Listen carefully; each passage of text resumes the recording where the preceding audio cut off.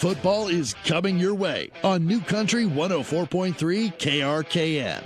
Davis County Mustang sports broadcasts are brought to you by these sponsors. Tricia and the staff at Brothers Market in Bloomfield. Make sure and download their new app and start saving today at Brothers Market, where they treat you like family. By Community First Credit Union, with over 16 locations to serve you. By Davis County Hospital and Clinics. Call them today for a virtual visit and get seen from the comfort of your home.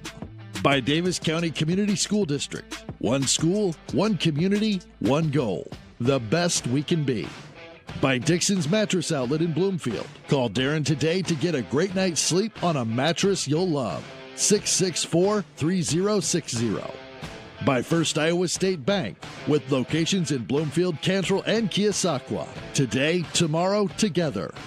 By Geotech Sand and Stone, 3 miles west of Eldon on River Road. Call Jody for all your state-certified concrete sand, top-quality black dirt, fill sand, and washed gravel at 799-1235. By Ray, Doug, and Chris and the team at Hamilton Produce in Bloomfield and Ottumwa. Stop in for all your farm and hardware needs, and don't forget, they are the best place to call for all your LP gas needs. By Skyler at Hopkins Fencing in Bloomfield. He can build any fence you need. Call today to get on his list for fall work. For pictures of his work, check out the Hopkins Fencing Facebook page. By Lisa and the team at Northside Insurance in Bloomfield. Quote to claim, they take care of you. By Nutrient Ag Solutions in Bloomfield. Call Bob Lawson and the staff today, where results in your field are always their first concern. By Dr. Dwayne Petrito at Petrito Orthodontics in Ottumwa and Oskaloosa. Call them today to get a smile that lasts a lifetime. By Chris and the team at Pulaski Lumber, your start-to-finish lumber yard. Stop in and get everything you need for all your projects. And don't forget to come to the Pulaski Lumber Makers Space on the second Saturday of the month. By Chad LaRue at the Right Choice Driving School. When it comes to the safety of your kids as they learn to drive, make the right choice for driver's ed. Register today at therightchoicedrivingschool.com. By Slayton Polaris, 8 miles south and west of Pulaski. See them today for a great deal on a Polaris Ranger or ATV. By Eric and the team at Spillman Auto Parts in Bloomfield. Don't forget, you can now text them about the car part you need. By Milo and his team at Wells Hometown Drug in Bloomfield, offering free delivery to Bloomfield and the surrounding areas. And by William Penn University. Pay $5,000 or less per year with William Penn's Iowa Pride Scholarship geared towards high school seniors. Visit wmpenn.edu/Iowa Pride to find out more. Now, let's get to the field with the voice of your Davis County Mustangs, Alice Kojo.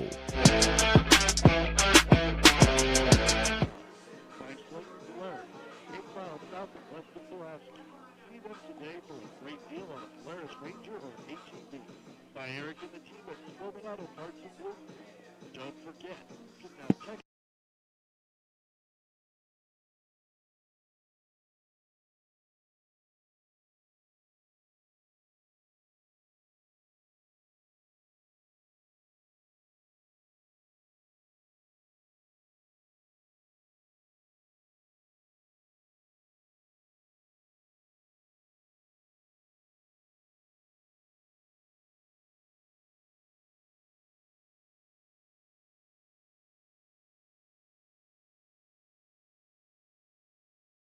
This is the scene for Week 4. Welcome to Central Lee High School, the home of the Hawks. Tonight, the Davis County Mustangs play their first road game of the season as they prepare to square off versus the Central Lee Hawks. Good evening. It's a pleasure to have you with us. I'm Ellis Osai, back at our headquarters in Ottumwa. And let's say hello to the first time tonight to my partner, Brad McCloskey. Davis County looks to bounce back after last week's Williamsburg game, and they'll be facing a Central Lee team that is winless, but in my mind, dangerous, especially given last year. What does this matchup bring to mind to you? Well, one thing that's going to be key for me tonight is I'm interested to see how we get our running game going. That's something that, obviously. Go Mustangs! Go Mustangs! Go Mustangs! Go Mustangs!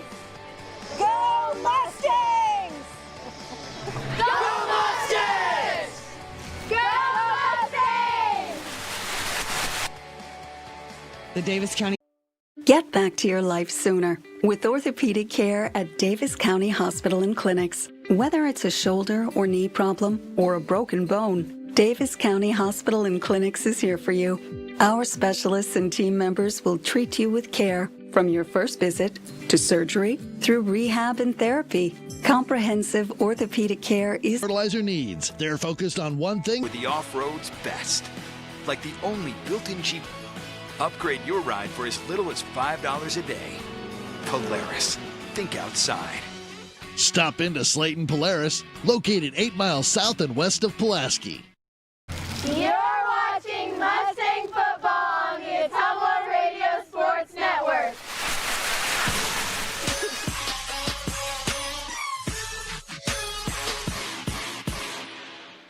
Donaldson, we're getting you set for Week 4 action. 2-1 Davis County looks to spoil the homecoming of the homestanding Central Lee Hawks. We will step away for the national anthem, and when we come back, we'll talk more about this matchup, and in particular Davis County Mustangs, on the Ottumwa Radio Group Sports Network. Are you installing a new septic system? The man to call is Jody at Geotech Sand and Stone. They have state-certified septic sand, as well as top-quality black dirt, fill sand, and washed gravel for landscaping. They also have one of them for your sweet tooth in the bakery. Don't forget to check them out on Facebook or visit their website at shopbrothersmarket.com. Stop in and see them today at Brothers Market in Bloomfield, where they treat you like family. When it comes to the safety of your children, be sure to make the right choice when they start driving. At the Right Choice Driving School, they treat each student like family and do their utmost to provide each student with the necessary information and techniques to become a lifelong, safe, responsible driver. Sign up for driver's education today and you can start tomorrow. They are open to students in all Iowa districts. Go to therightchoicedrivingschool.com today for more information. Proud sponsor of the Davis County Mustangs. Do you need a fence built? Call Skylar at Hopkins Fencing in Bloomfield and save yourself some blood, sweat, and tears. Skylar can build whatever kind of fence you need, from barbed wire, woven, continuous, and custom welding. Check out the Hopkins Fencing Facebook page for lots of pictures of the quality fencing jobs he has done. Call Skylar at Hopkins Fencing in Bloomfield today to get on his fall building list, as it will fill up fast. You can find his number on Facebook or call 641-208-6310. You're watching Mustang football on the Ottumwa Radio Sports Network.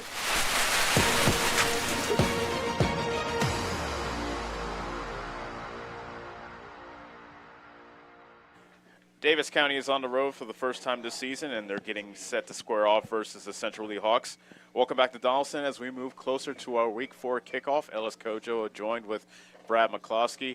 And looking at Davis County and them playing Williamsburg last week, obviously really bad conditions. Williamsburg, definitely the better team.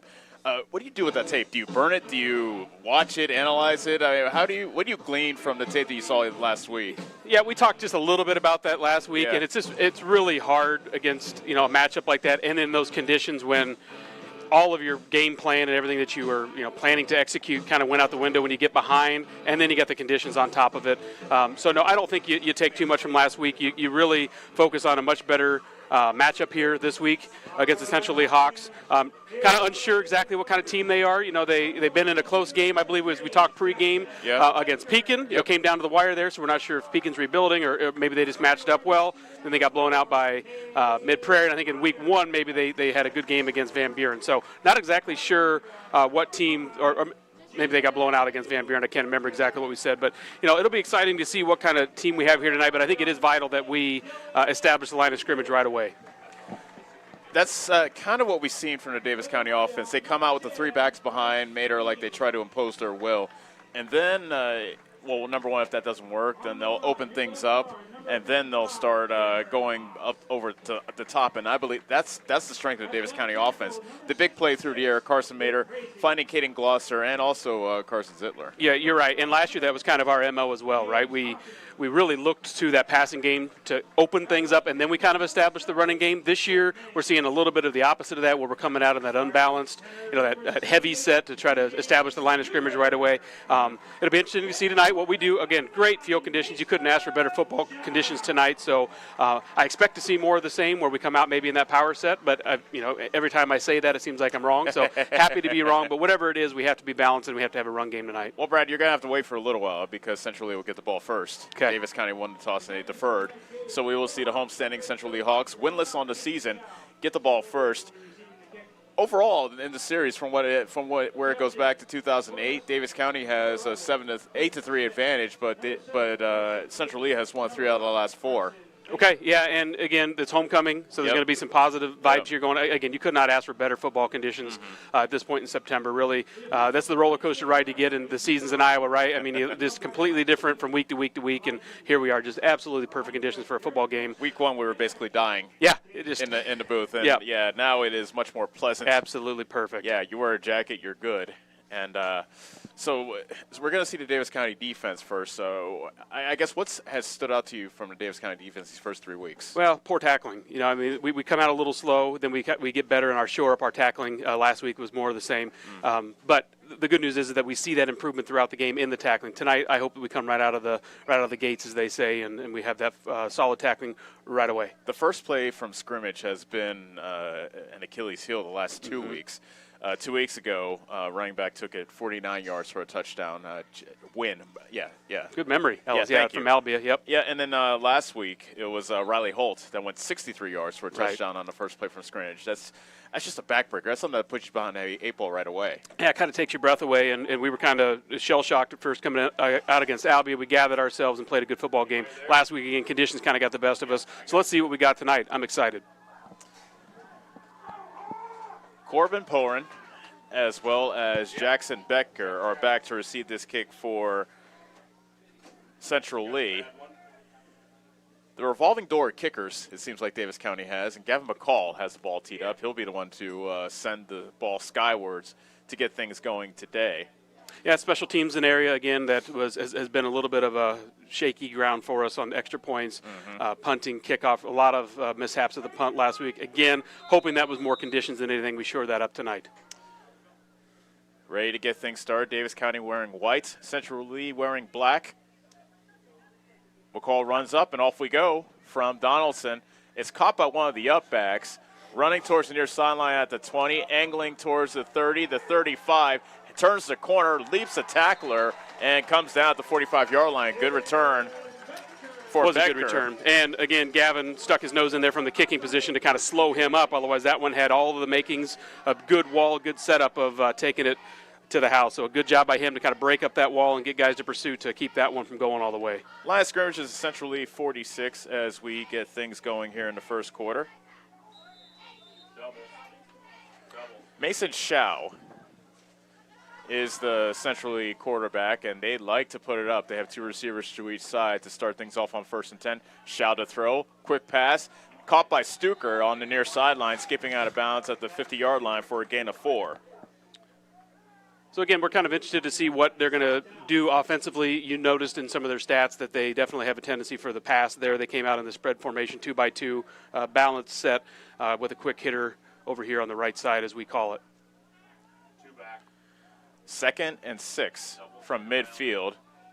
Central Lee with the opening possession of the ball game. Shao this time gives it up, and a big play coming up. Becker going up the middle, and he gets spilled by Zittler at the Davis County 35-yard line. A 15-yard gain and a first down for Central Lee. Yeah, and Zittler took the brunt of that one. He's down on the ground. I think he just either got his bell rung or got the wind knocked out of him because he, again, was kind of on his heels catching there. Good cut by that running back there, and good burst of speed through the middle of the field, and Zittler with a safety touchdown-saving tackle. Yeah, Jaden Bechter, the running back for Central Lee, both the leading rusher and the leading receiver on the team. And Zittler is still down on a knee as he waits for somebody to tend to him. So, yeah, Zittler went low on that tackle of Becker. And he was slow to get up, and they just decided to play it safe and blow and just stop proceedings and make sure that Zittler is okay. Yeah, and let's hope that it's not something to do with his head, because then the concussion protocol could kick in, and that might be a long night for him to battle to get back on the field. And he's somebody that stretches the field for us offensively, whether we come out to try to establish that passing game first to establish the run or vice versa. He's somebody that can stretch the field when he's healthy. So hate to see this. 11:42 is left in the first quarter. Just getting started from here in Donaldson. Homecoming for Central Lee. They are 0-3 on the season. Davis County 2-1. Looking to bounce back after the Mustangs lost to Williamsburg, I should say, last week.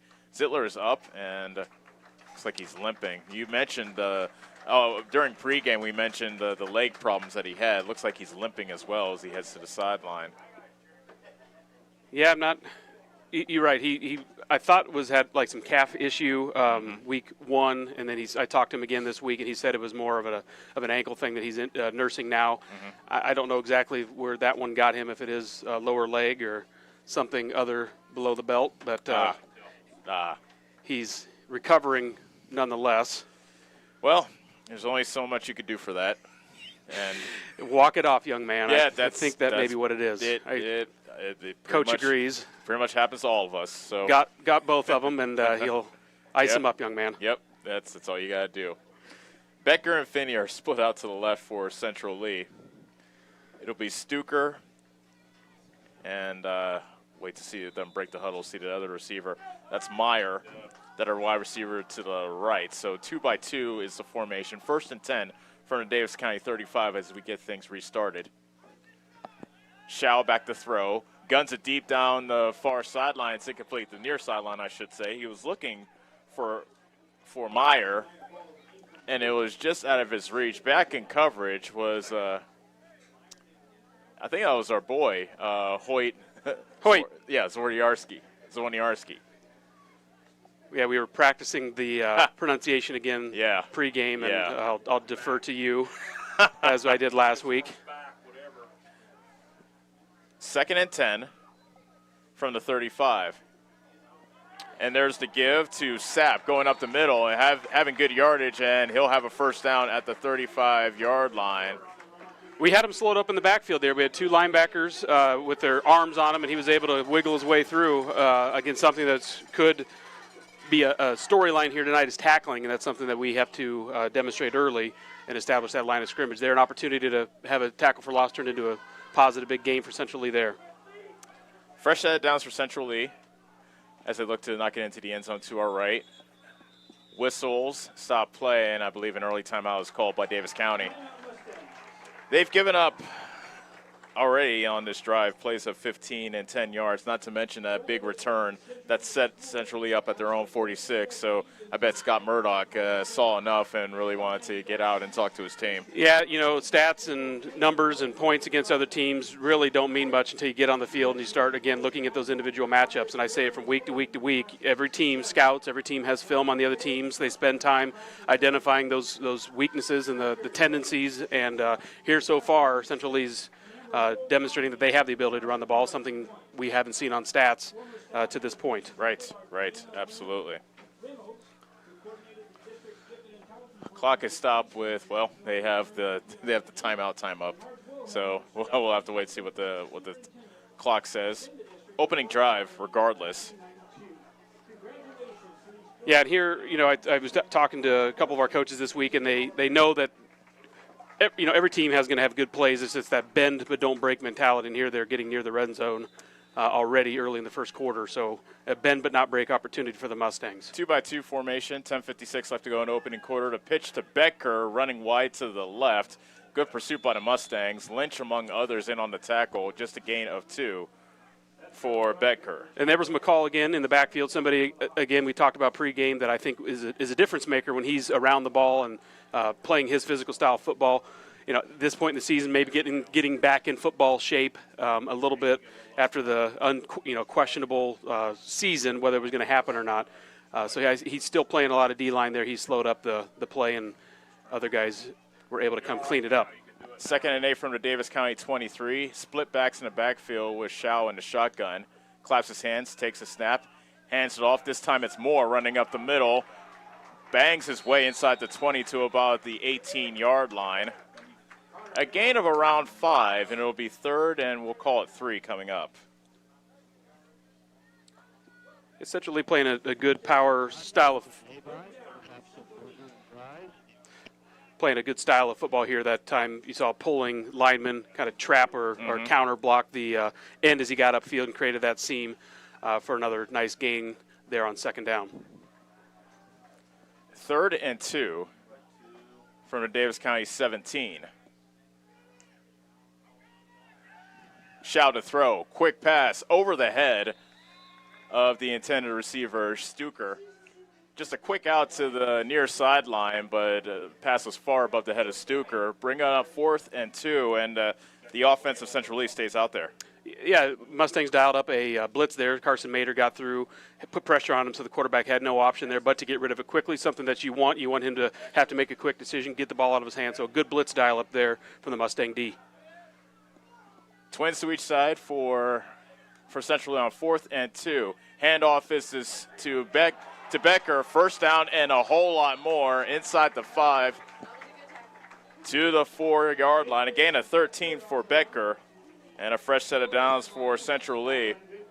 Another impressive run there. He, found a seam, had a guy that hit him right at the line of scrimmage, wiggled his way through, made a spin move, and good positive yards there to convert that first down. First and goal from the 5. Becker, handoff trying the right side of the offensive line, fighting his way towards the goal line and tackled at the 1.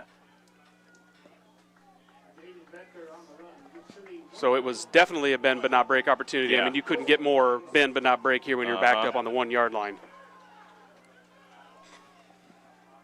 8:53 remaining in the first quarter. No score, opening drive of the game, and this will be the 10th play of the Central Lee drive, which started at their own 46. Shao in the pistol with Becker behind him. Takes a snap. It's a quarterback draw, and Shao gets stopped short of the goal line. Tackling him before he crossed was Clayton Smith of Davis County. No gain, and 3rd and goal coming up. Yeah, I saw Mater again in the backfield, so he must be walking down either from the safety position or lining up in the linebacker position, so he's been on a couple plays there. Smith was able to clean it up. Mater slowed him down. So good combo, good stand here so far if we can keep this one up from half-yard line probably. Moore and Becker in the backfield with Shao, who is in the shotgun. Moore gets a handoff running straight ahead, touchdown. A good push by the offensive line and an opening drive touchdown for Central Lee, courtesy of Cameron Moore. I should beg your pardon, Connor Moore from a yard out. Yeah, not the start that we wanted, I think, offensively. We're going to see some good things out of us, but they showed that they were going to demonstrate their ability to dominate the offense or defensive line front and establish their line of scrimmage. We have to do the same. Mason Shao not only is the quarterback, he is performing the kicking duties for Central Lee as well. And the extra point is away, a high arcing kick, and it splits the sticks. 8:02 remaining in the first quarter. Central Lee strikes first. 7-0 Hawks. Davis County ball when we return in 30 seconds on the Ottumwa Radio Group Sports Network. This is Milo Wells, your pharmacist and owner at Wells Hometown Drug in Bloomfield. When you need prescriptions, stop in and let our team take care of you. If you're not a current customer, I challenge you to ask a friend or neighbor that comes to our pharmacy if they are satisfied with the professionalism and small-town customer service we pride ourselves on. We provide a higher level of pharmacy care with the same copays as other pharmacies in the area. Let us sync your medications to help save you time with once-a-month pickup at Wells Hometown Drug next to CarQuest in Bloomfield. You're watching Mustang football on the Ottumwa Radio Sports Network.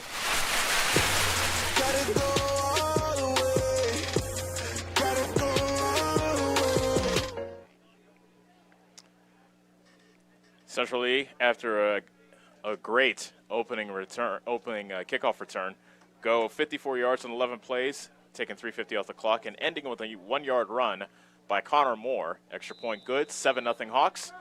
Davis County getting set to get their hands on the ball for the first time tonight.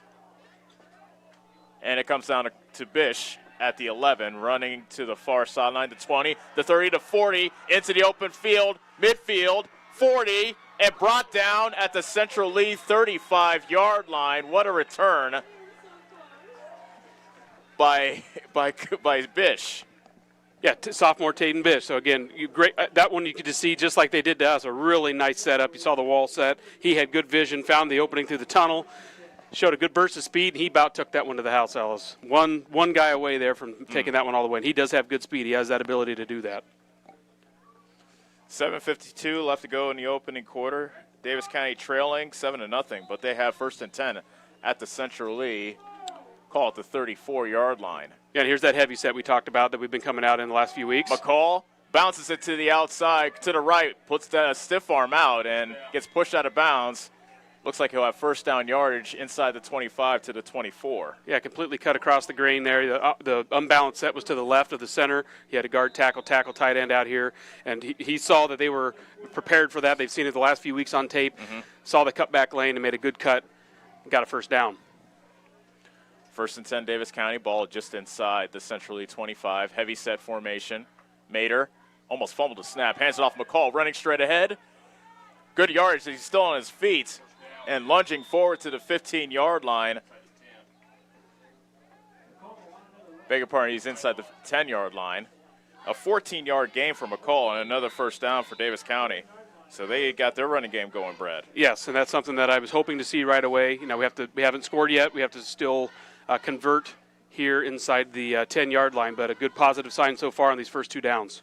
1st and goal from the 10. Mater takes, turns, gives this time to Smith, running straight ahead, barreling towards the end zone, but he stops short at about the 2. A gain of 8 for Clayton Smith on his first carry of the game. Yeah, and he's a guy I'd like to see to get in the end zone. You know, there was, a couple weeks ago he was just knocking on the door several times, I think from the inch line, right? And then Mater snuck it in. Yes, and Mater took the glory, as quarterbacks sometimes do. The touchdown vulture in that situation. Ball is marked at the 3, 2nd and goal. Smith is a deep back, 3 backs behind Mater. Yep, heavy set again. Smith again, and this time he gets stopped short. Actually gets stopped right around the line of scrimmage. See what they mark it. We'll call it no gain to the 3.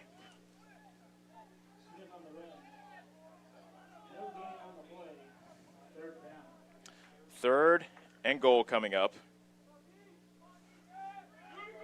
Davis County has run in each of their first 4 plays of this drive. 3rd and goal from the 3, another run. McCall diving straight ahead. Touchdown, Mustangs. Just like that, we're an extra point away from being tied. 2-yard touchdown run for, 3-yard touchdown run for Gavin McCall. Very nice to see, you know, again, establishing that line of scrimmage, establishing that physicality, which we saw out of them. So this could be interesting. But Gavin has that ability, that vision. He's been a running back for, you know, probably his entire life. He just has that just awareness that he, you know, it's hard to coach. He has that ability to kind of sneak in and snake through, and he did it there on 3rd down, a big play. Zittler, who was hurt earlier in the game, he'll kick the extra point. They kick us away, and it is short. No good. And Central Lee still holds the lead, but Davis County is on the board. 7-6 is our score. 6:16 remaining in the first quarter on the Ottumwa Radio Group Sports Network. Go Mustangs! Go Mustangs! Go Mustangs! Go Mustangs! Go Mustangs! Go Mustangs! Go Mustangs! Go Mustangs! Go Mustangs! The Davis County Mustangs would like to thank the community for their continued support. You're watching Mustang football on the Ottumwa Radio Sports Network.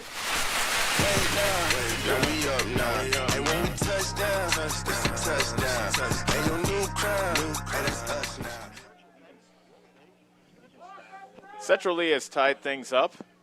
I beg your pardon. Davis County had a touchdown drive to answer Central Lee's opening drive touchdown. However, extra point was missed, and Davis County still trails 7-6. Zittler with an end-over-end kick, and inside the 20. That's Meyer, and he stepped out on the sideline here on the near side and marked them out of bounds at about the 37, perhaps the 38-yard line. Fortunately for Davis County, because Meyer was still running. I was going to say, I was kind of shielded here by this wall where the play was developing too, as we call it, the close side of the field. And it looked to me like he had a lot of room to run if he was going to be able to break through. Fortunate for us, he stepped out of bounds. 6:10 remaining in the first quarter. Both teams with opening drive touchdowns, but Central Lee made their extra point. Well, Davis County missed theirs, so it is a 7-6 lead for Central Lee. And you can see a clear objective by both teams here to establish the run early to then open things up. Here we're going spread, from Central Lee, 2 by 2. 1st and 10 from the 38. Pass over the middle, tipped and intercepted. It was deflected off the hands of the receiver, and Clayton Smith made the pick at midfield. Very nice. Again, just a timing curl route there that went just a little bit out of the reach of the Central Lee Hawk receiver there, tipped into the hands of the corner, I believe. Who'd you say that was? I thought it was number 9. Oh, was it number 9? Townsend? Was it Dawson Okay. Townsend? I thought that's who it was. I think that's his second interception of the season, so he's a fortunate recipient there of a high pass out of the Central Lee Hawks. So again, here's another opportunity. Take advantage of those opportunities when they bounce your way. That time, a big one there. 1st and 10 from midfield. Davis County spreads things out. A quarterback draw. Carson Mader running up the middle. About 8 yards to the 42. And we saw his wheels on display last week, right? So in tough conditions, tough sledding conditions last week, we saw him score the first Mustang touchdown against a very stiff and stubborn Williamsburg defense. So it'd be nice to see him get going as well. It's just a matter of time, too, as Zittler is back in the game. And I see Glosser here and Smith over here getting ready to form the trips. We have the ability to stretch the ball, so it's just a matter of time before we do so. 5:35 remaining in the second quarter. Davis County trails 7-6, but they're looking to take advantage of a Central Lee turnover. 2nd and 2 from the 42. Handoff. McCall running straight ahead. His progress is stopped inside the 40 to maybe the 39, but that's first down yardage, and that'll move the sticks after a gain of 2. So, again, Coach Scott Murdoch with a definite statement here saying we're going to stick with this run game for right now, but you just know it's a matter of time before he starts opening things up because we have that ability, and these receivers are just itching to get in the game. Glosser, Smith, and Zittler are the wide receivers to the left. Lynch is the lone wide receiver to the right. McCall in the backfield with Mader, who is in the shotgun. 1st and 10 from the 40. Mader keeps it himself, twisting away from tackles, and he got about 8 to about the 32-yard line. So another gain of 8 for Mader and another 2nd and short coming up for Davis County. Yeah, and I really like that play design because you have the option to give that ball as Smith is going in motion, but he's kind of working as a trap man as he comes across the formation in motion. We had a guy pulling there as well. So you had 2 guys in front of Mader there as he was blocking or running the ball. So I like that play design, kind of a modified trap out of Smith. 2nd and 2 from the 32. Clock moving, 4:15 remaining in the first quarter. Davis County trailing Central Lee 7-6. In this Week 4 matchup. Quarterback draw. Mader tries to bounce it outside. Nice open field tackle by Jaden Becker. A loss back to the 35-yard line and a loss of 3. Not sure if they were doing some kind of D-line stunt or if he blitzed through. I believe he came from the linebacker position. So, again, they're moving some guys around, and you see our guys doing the same on offense, trying to keep track of where they're moving to. That time he broke through, made a big loss in terms from the Mustang perspective, a big loss for third down and County medium has here. run 9 plays, all runs, and they run it again on 3rd down, and McCall gets stopped at about the 35-yard line. No gain on the play.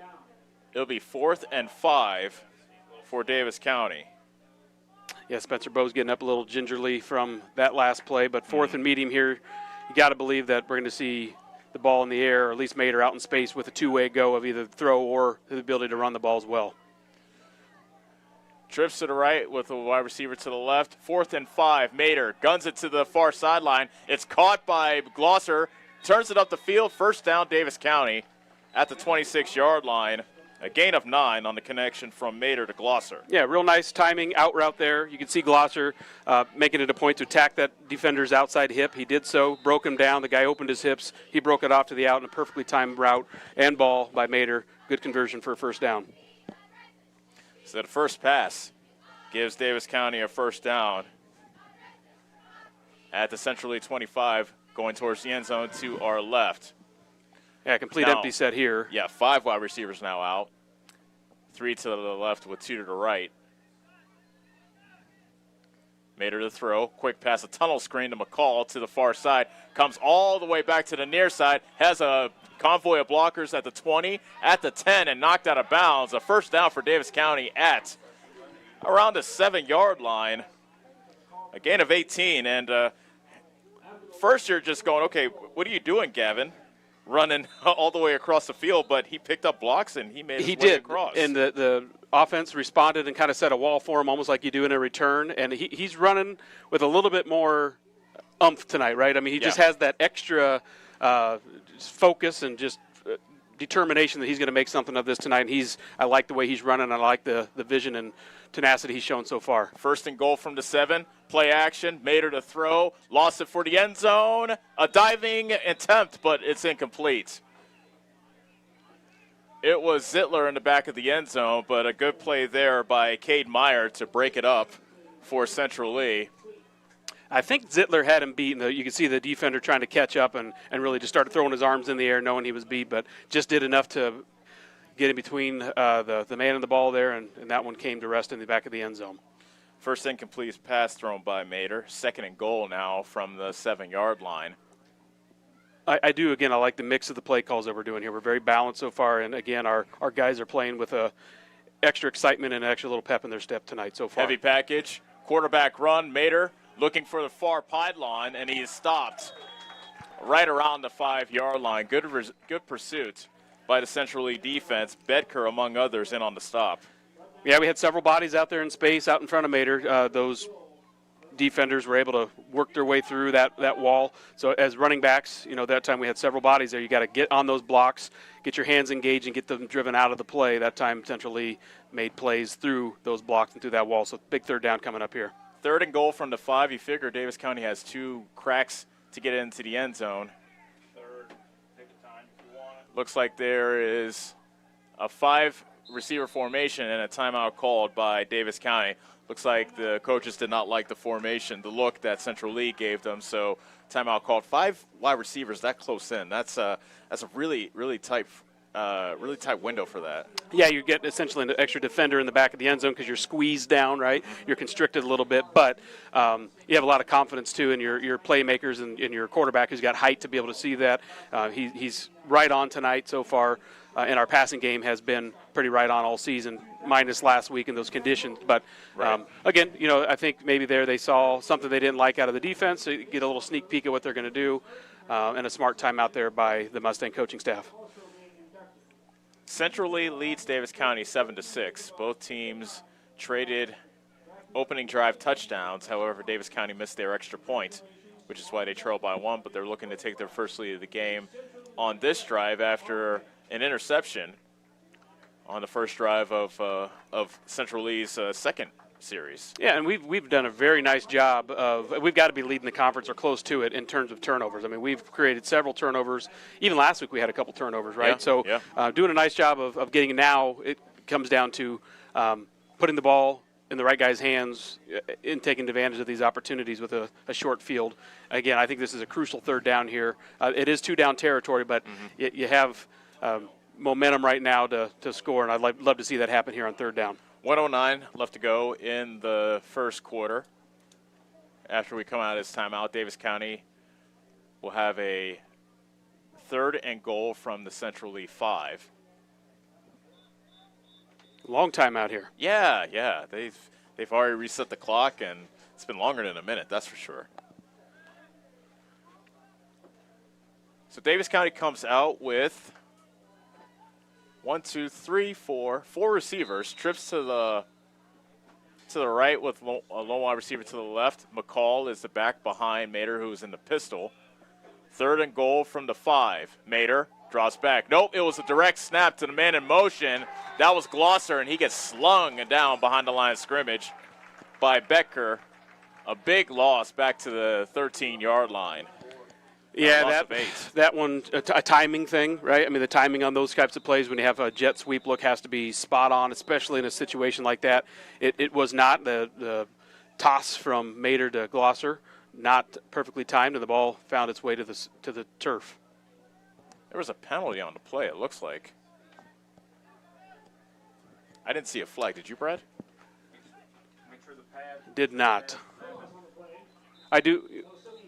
I'm not exactly sure what happened there. Well, regardless, it's 1st and goal now for. It must still be 4th and goal. It's 4th and goal. They're and actually going to try a field goal. Interesting. Yeah.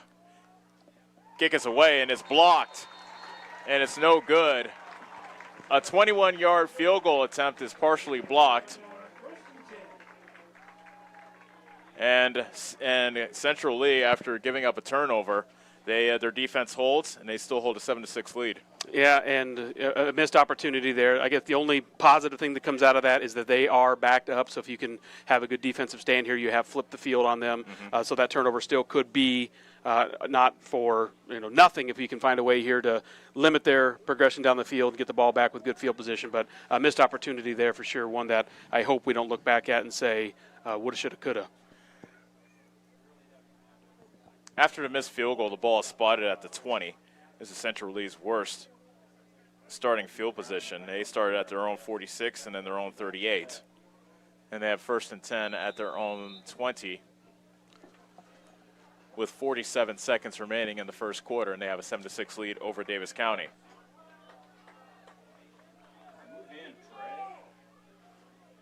Shao brings a man into motion. That's Meyer. And he pitches to Meyer. Running left, trying to sideline, a pancake block thrown down, and Meyer dances out of bounds around the 25-yard line. A lot of running, and a gain of about 6 to the 26. It's a nice play there on 1st down. That's more than what you're looking for. You're really out of 1st down, and again, I'm impressed so far here with these running backs and their skirtability, right? I mean, they're skirting tackles and making good cuts. Great field conditions for that. And here tonight they are exhibiting the ability to run the ball. 2nd and 4 from the 26. Shao in a shotgun. Becker is the tailback. Becker gets the handoff, running straight ahead. 1st down yardage across the 30 to about the 33-yard line. Gain of 7, and that may have actually they'll have time for one more play as we're inside of 30 seconds remaining in quarter number 1. Central Lee with a 7-6 lead over Davis County.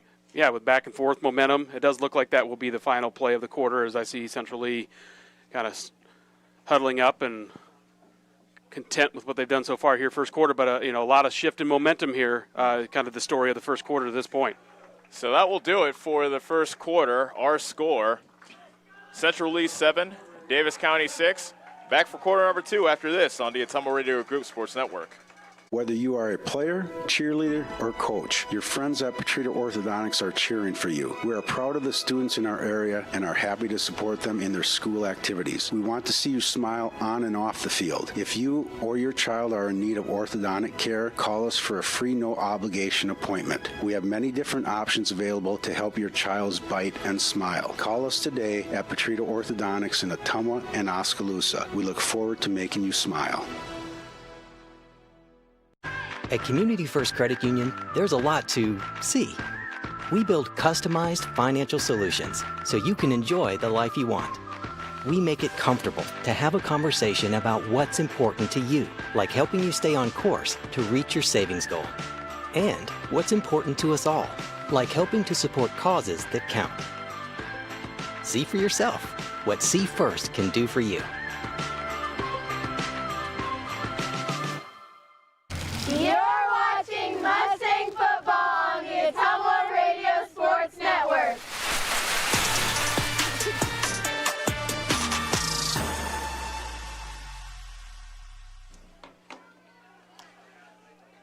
Start of quarter number 2. Central Lee with first and 10 at their own 34. Shao back to throw over the head of his intended receiver. Finney was open at about the 45 here on the near side, but Shao overshot him. Incomplete pass, 2nd and 10. Yeah, second time he's been a little high on his pass. So, again, they're definitely clicking on all cylinders when it comes to the run game. Pass game, they're still kind of figuring out. Dawson Townsend had another opportunity there, just outside of his fingertips. He always seems to be around the ball, doesn't he? That's a sign of a person who knows how to read what the offense is doing, and he's in the right place and doing a good job back there. 2nd and 10 from the 34. Shao rolling to his left. Pass is intercepted!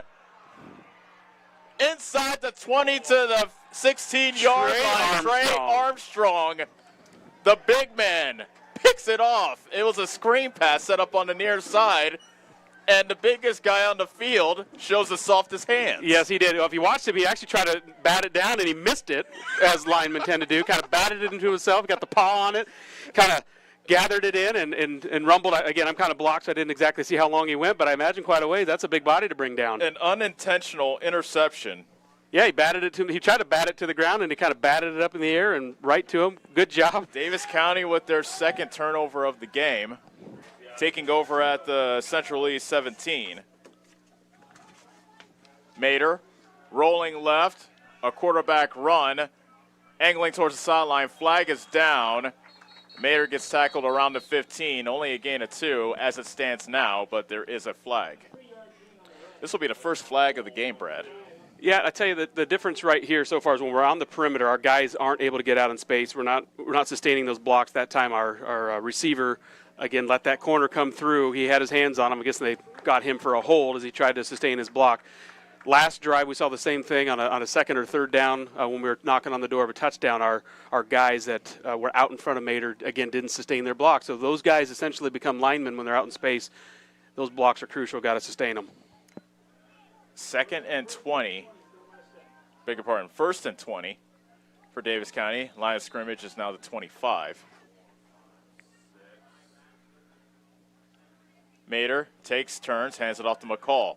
Trying the left side of the offensive line and gets spun down after a minimal gain to about the 24, only a gain of 1. So, I mean, I'm confident in our athletes they can get out in space on these guys, that they can make plays, but when you don't have so that's credit to Central Lee that they're bottling us up and playing through those secondary blocks. That time, Coach went back to the heavy set to see if they could test the ground game again, and Central Lee was having none of it. Central Lee, they seem quick. They seem when Davis County's tried to get out on the perimeter, they've not been able to do so because Central Lee's defense seems to be too fast for that. Yeah, they're playing with a good energy. It's homecoming. They're excited. You know, it's Friday night football, and they're playing with a lot of energy. On 2nd and 19, pass to the far sideline, caught by Zittler, immediately tackled out of bounds by Meyer. It'll be 3rd and around 8.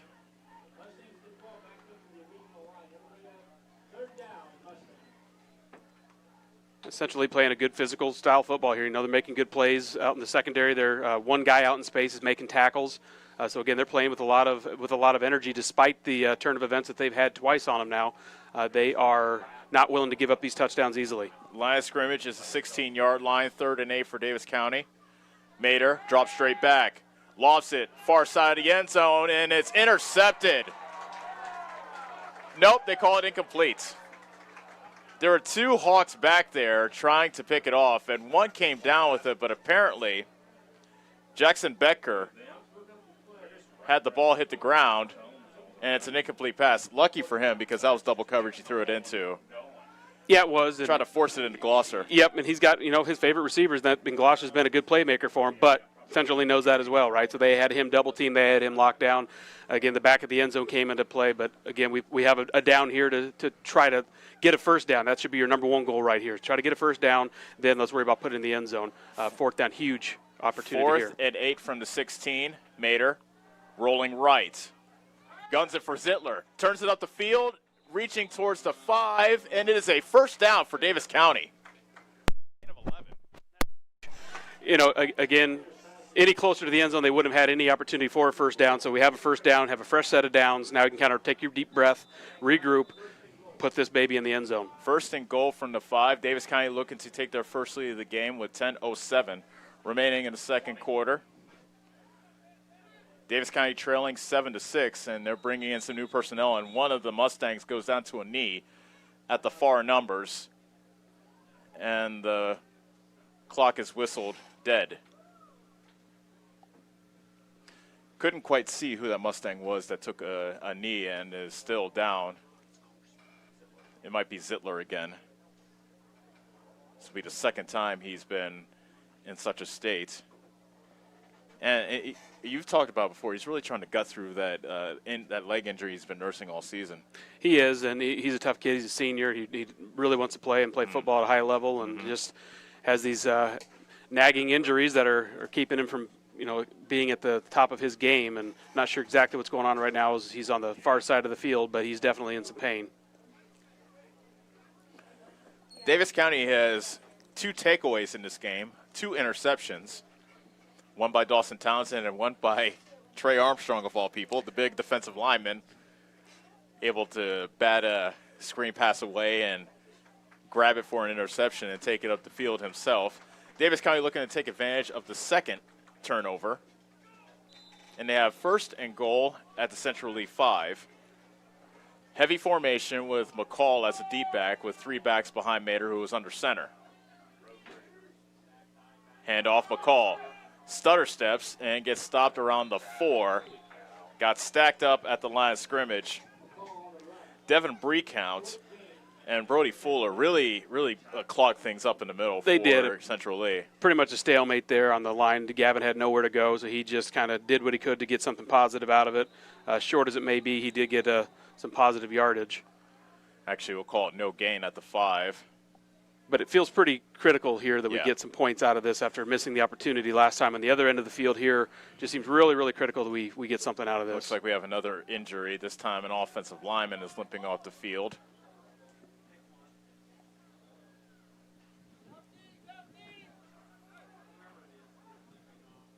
Yeah, I can't see there's a 7, and I can't see the 70, second but I don't see a 70 listed. Right. So I'm not sure if maybe it was 78. Regardless, 2nd and goal from the 5. McCall again runs it up the middle, and he gets tackled around the 3. 3rd and goal after a gain of 2. Yeah, but again, Central Lee being pretty stubborn. Yes. Exactly. I was just going to say that, being pretty stubborn at the line of scrimmage, and Gavin kind of, stuttering, trying to find a place to go, and just needs to stick his head down and find something low. He's a low center of gravity type of back with a good nose. Just find it and go.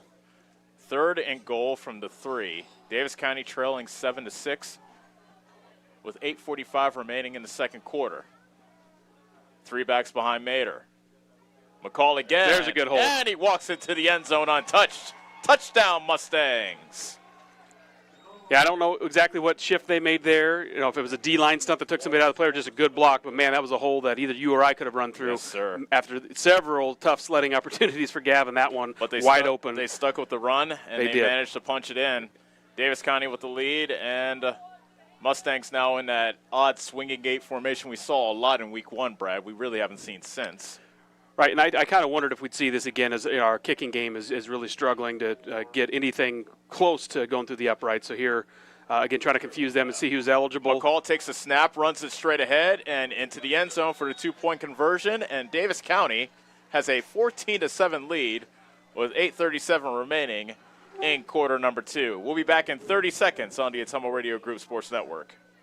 It's more than an education. It's more than a degree. William Penn University is alive with opportunity. Opportunity in a diverse student body. Opportunity in a staff that works with your budget. Opportunity in over 30 programs of study. Opportunity in a classroom where your voice is heard. Find your future and the opportunities waiting for you. Start your planning today at wmpenn.edu and see why William Penn University is alive with opportunity. You're watching Mustang football on the Ottumwa Radio Sports Network.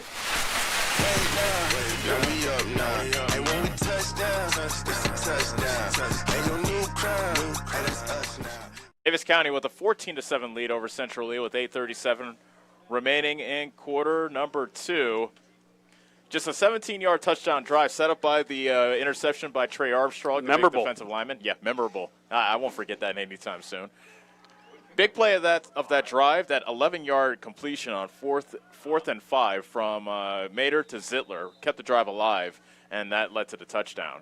Yeah, we've seen that connection a lot over the last few years, and I do see Zittler kicking off here, so that's a good sign that maybe he's not completely banged up, definitely nursing some injuries tonight. A short pop-up kick comes down to the arms of Becker, running up the middle of the field. He got stripped, and it fell upon by Caleb Sanders of Central Lee. Johnny on the spot. They stripped Becker, but Sanders was there to recover. And it's a 1st and 10 coming up for the Hawks at about their own 39, perhaps the 40-yard line. Yeah, so although we didn't take advantage of that first turnover, again, that field position kind of eventually set us up for that second screen pass that they tried to run in a long down position that resulted in another turnover. Something we're not doing is turning the ball over, so let's keep that storyline going as well. Speaking of turnovers, Central Lee has thrown an interception on their last 2 drives. Shao looking to change that from the quarterback position. First play is a handoff to Becker, running to the near side, turns the corner, and he has a first down after a gain of 11 to the 49-yard line of Davis County. Yeah, just made a nice cut there. He had a guy that had him squared up in the backfield right at the line of scrimmage, made a good cut, kind of a juke move to the left. He had good speed, raced up the sideline for a first down. Central Lee trailing Davis County 14-7. Central Lee winless on the season, looking for their first victory of the season here in Week 4. Davis County 2-1. Central Lee has won 3 out of the last 4 matchups in this series. Becker again on the handoff, shakes away from ankle tackle, but he will not escape the ankle tackle. I think that was Easton White. Yeah, he stubbornly hung on to his ankle, and finally he waited for some help to bring him down at the 45-yard line, a gain of 4. Yeah, and they're just trying to spread us out there. They had trips to the right. Their running game is what's working for them offensively. Nice job there at the corner position, Easton White, to hang on and not give up to force a 2nd and medium here. 2nd and 6 with the clock moving. 7:46 and counting left to go until halftime. Central Lee trailing for the first time tonight, 14-7. Shao in the shotgun with split backs. Davis County almost jumped. Now Moore takes the handoff, gets stacked up, and he gets his forward progress stopped right at the line of scrimmage, no gain. Good job by the defensive line of Davis County. Yep, a lot of bodies of the ball there. Good pursuit. Stacked him up right at the line of scrimmage for little to no gain to bring up 3rd and longer than you'd like and longer than you feel comfortable with in normal play progression. So good opportunity here for the Mustangs. Especially considering, as I said a couple plays ago, 2 interceptions the last 2 drives. Central Lee may be hesitant to put it up in the air, but they may not have a choice on 3rd and 6. Right. Yeah, and at this kind of field position here, you might be thinking we have 2 downs to get it. You're just past the 50. I don't know if you're in that. You're kind of in that zone, but neither offense right now showing that they're really high power. So quarterback draw and nothing there. doing. Shao tackled at the line of scrimmage. Nice tackle by, I think that was McCall that tackled him. So Shao.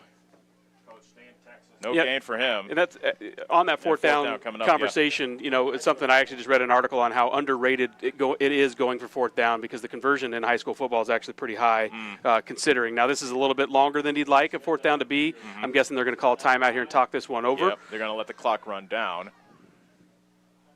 And after the play clock gets down to close to 0, will be right around 6 minutes left in the second quarter. There's a timeout with 6:02 remaining in the second quarter. That's the first timeout called by Central Lee. And 4th down coming up. And you mentioned 4th down, a big down for Davis County so far today, 2 for 2 on 4th down. Now Central Lee has a big 4th down coming up. Yeah, and I as a coach myself, I kind of always liked going for it again in smaller class football. When you're kind of at your homecoming here. You have a lot of momentum that was going for Central Lee, and they're playing good defense. And in this position here, I would expect that they'll probably come out in some kind of hard count, try to get our guys to jump off sides and make that fourth down even more manageable, just to try to toy with them a little bit. And then maybe not. Maybe they'll go for a hard count and then go back into a punt formation. But I always like going for it because, again, the conversion rate in high school football is decent, especially the smaller classes like we're in here in the matchup with Central Lee. Central Lee 0-3 on the season. Davis County 2-1. We mentioned it a little bit in the pregame, but this series goes back to 2008, where Davis County has an 8-3 advantage since 2008. However, Central Lee has won 3 out of the last 4, and Central Lee handled Davis County pretty well up in Bloomfield last year, 28-6. Yeah, it's fun to see because on that game last year, I was expecting a better performance out of us and a better matchup, and it just wasn't. They just out-physicaled us, for lack of a better word, at the line of scrimmage. More physicality, and here tonight pretty even so far. Their passing game's been their shortcoming and their downfall to this point, so they're sticking with the running game. Another long time out here to discuss this fourth down as the coach for Central Lee's figuring things out. But you're right. This matchup seems pretty balanced tonight, and I was surprised last year how unbalanced that matchup was. Timeout is over, and now we'll see what the Hawks have up their sleeve on 4th and just about 6. Shao in a shotgun. Stuker and Meyer are to the right. Finney and Jackson Becker are to the left. Jordan Becker is in the backfield with Shao. Shao takes a snap, looking to throw, pressure coming, screen set up, and it's incomplete. Threw it over the head of Jordan Becker, who was in the flat on the left side.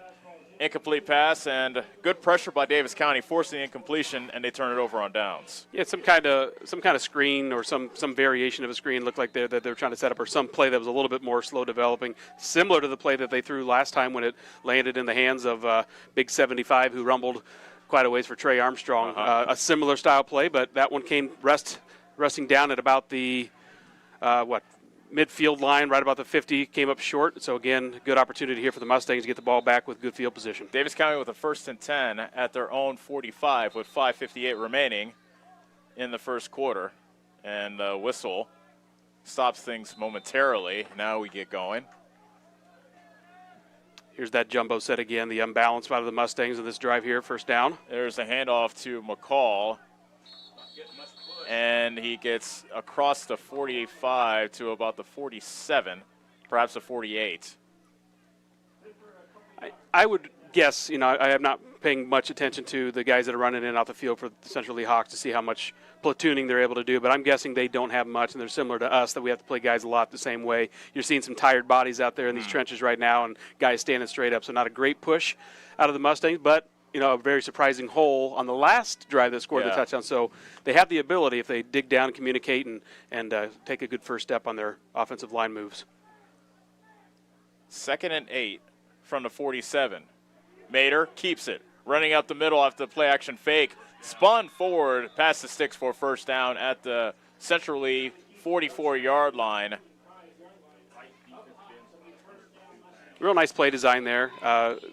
They were keyed in on the running back, a good fake out of Mater, had the whole linebacking crew faked out on the give fake to either Smith or McCall back there in the tailback position, kept it, and got a really nice push out of the offensive line on the left side of the ball as that defensive line was caving down. So a big first down conversion there. Good play design. 9-yard run by Mater gives Davis County a fresh set of downs.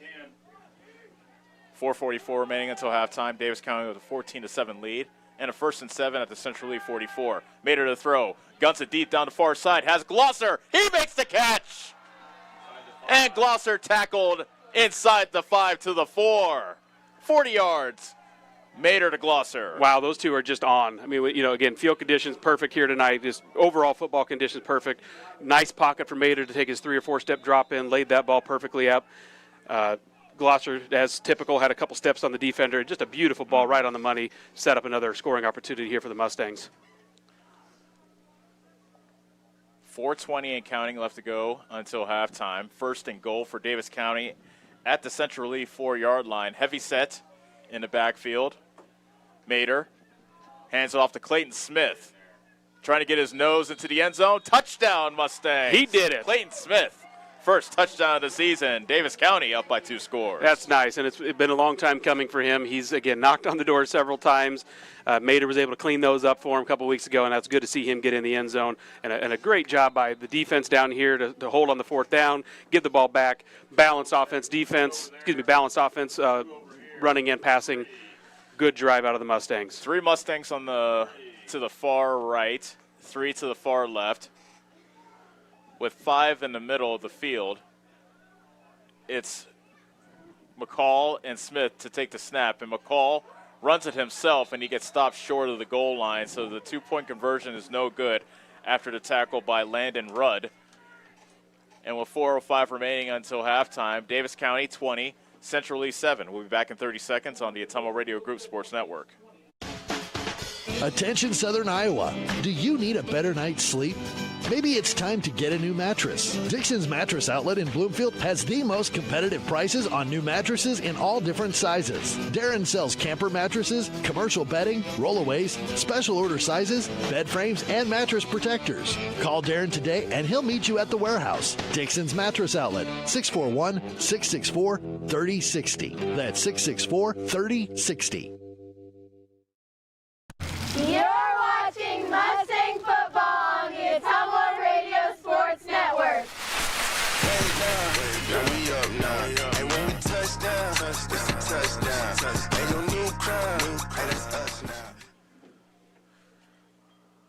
Five-play, 55-yard drive, ending with a 3-yard run by Clayton Smith, his first of the season. 2-point conversion, no good, but Davis County has a 20-7 lead over Central Lee. They have scored 20 unanswered in this game, Brad.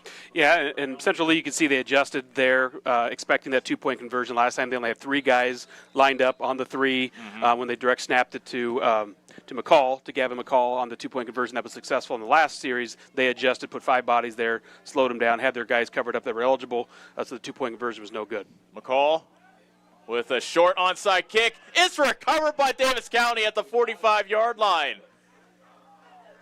Yes, a they bouncing do. Kick. Surprise onside. How do you do? I love it. I really do. You know, we have everything going offensively right now. We're clicking on all cylinders. We saw this, I think, week 1 against Centerville. Yes, It was a very similar thing after after the first score of the season in Centerville when we came out in the onside kick. Completely caught Central Lee off guard there. Great call. Good execution, another opportunity for the Mustangs on offense. So this is an opportunity for Davis County to really put Central Lee in a hole. They have a 20-7 lead. 4:05 left to go in the second quarter. And Davis County needs to hurry with the clock down to 18, and they have not even gotten to the line of scrimmage yet. Mater looking to the sideline, 2 receivers to the left, 3 to the left with 1 to the right. McCall is the setback. 5 seconds left to snap it. They do. McCall takes the handoff, running straight ahead, stutter steps, put his shoulder down inside the 40, and he reaches the 39 before he gets shoved back, again at 6. A really nice gain there on first down. Took some time to get that thing lined up, you know, after the big change of momentum. And, we had the momentum, but just change of from special teams or to offense, but took some time to get that one lined up, but a good gain on first down. Davis County has scored 20 unanswered in this game after allowing an opening drive touchdown to Central Lee. 2nd and 3 from the Central Lee 38. Play action. Mater rolling left. Lofts it deep for Glosser. He makes the catch inside the 20, and he's spun out of bounds on the far side to the 14-yard line. A gain of 24, Mater to Glosser. I love that play design. They had a lot of momentum, a lot of motion kind of going to the right side of the play. Mater fakes everything going right. He boots out to the left. That's a tough play. He made it look really easy because everything for him is going to his left, and he's a right-handed quarterback. Was able to float that one up there perfectly. So made it look easy, but that was not an easy play, and a great play there by that 2 connection that's becoming fun to watch. Timeout Central Lee, as Central Lee's head coach Chuck Banks looks to slow things down. Clearly momentum on the side of the Mustangs. So a good timeout, I believe, by Chuck Banks. Yeah, because we've had multiple opportunities. We have 2 turnovers. The change in possession there on the onside kick gives us another opportunity. So that won't go in as a turnover, but it has the same effect. Short field. Again, we're clicking on all cylinders with the running game going. Something that I thought was crucial. We are able to establish that. That was kind of the you could tell a definite tendency out of Coach Scott Murdoch and the coaching staff here for the Mustangs, and it's worked. Now we have the passing game going, and I tell you, that is a fun connection seeing the Carson Mater to Caden Glosser. I know it's just a matter of time before we see the old Carson connection when he can get himself right, so that'll be fun. Looking good here so far tonight. It's that big play offense that we've been talking about. Already, Mater and Glosser have connected for 40 and 24 yards in this half. And with 3:21 left until halftime, Davis County has a 1st and 10 at the Central Lee 14. And a big contributor to the ability to stretch the field is, again, that ability to run the ball. That Gavin we saw earlier had kind of an extra step and an extra little momentum or excitement in his step tonight that we didn't see the last couple weeks. And off to weeks. Clayton Smith, who has a touchdown run today, but this time he gets slammed at the line of scrimmage and driven back. Making the play was Landon Rudd of Central Lee for no gain. Actually, they'll give him a yard to the 13. 2nd and 9 for Davis County, looking to add to their 20-7 lead as they seek a 3-1 start to the season. Mater, he fakes it, running it to the far side, gets cut down behind the line of scrimmage. Good tackle by Jaden Becker. A big loss back to the 20. And a loss of 7. Good time out there by the Central Lee Hawks a couple plays before that to regroup, kind of reset yourselves, because you can see now they've reestablished themselves at the line of scrimmage. That time from the corner position, as they had everybody stacked in on our jumbo set, not fooled there at all, and a good open field tackle to cut Mater down on the far side of the field. 3rd and long coming up for Davis County. 3rd and 14.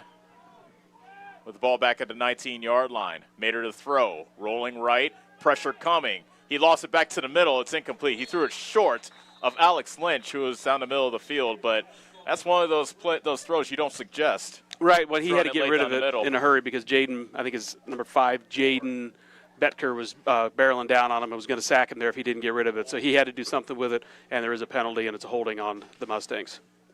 If you decline it, you'll have 4th and about 14. Or you could take the penalty and make it 3rd and 20-something. Looks like they're going to decline it, Okay. Which is advisable at this point. Davis County will go for it with the ball at the Central Lee 19-yard line. They need to get it just inside the 5 for the first. 4th and 14 coming up. Glosser, Zittler, and Smith are split out to the right with Lynch to the left.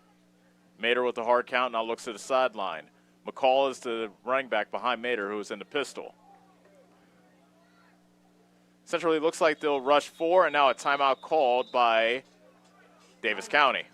And that's a good timeout because we're down to about 2 minutes. They were playing chess back and forth, it looked like. Yeah, and that could very well be what they were doing, just kind of seeing how they responded to the offensive formation that they lined up in. We're ticking down to 2 minutes until halftime here. This, again, although we're up a couple scores, Central Lee called the timeout, kind of took a little bit of our wind out of our sails, and they're not out of this by any means. So a big 4th down play here for Davis County.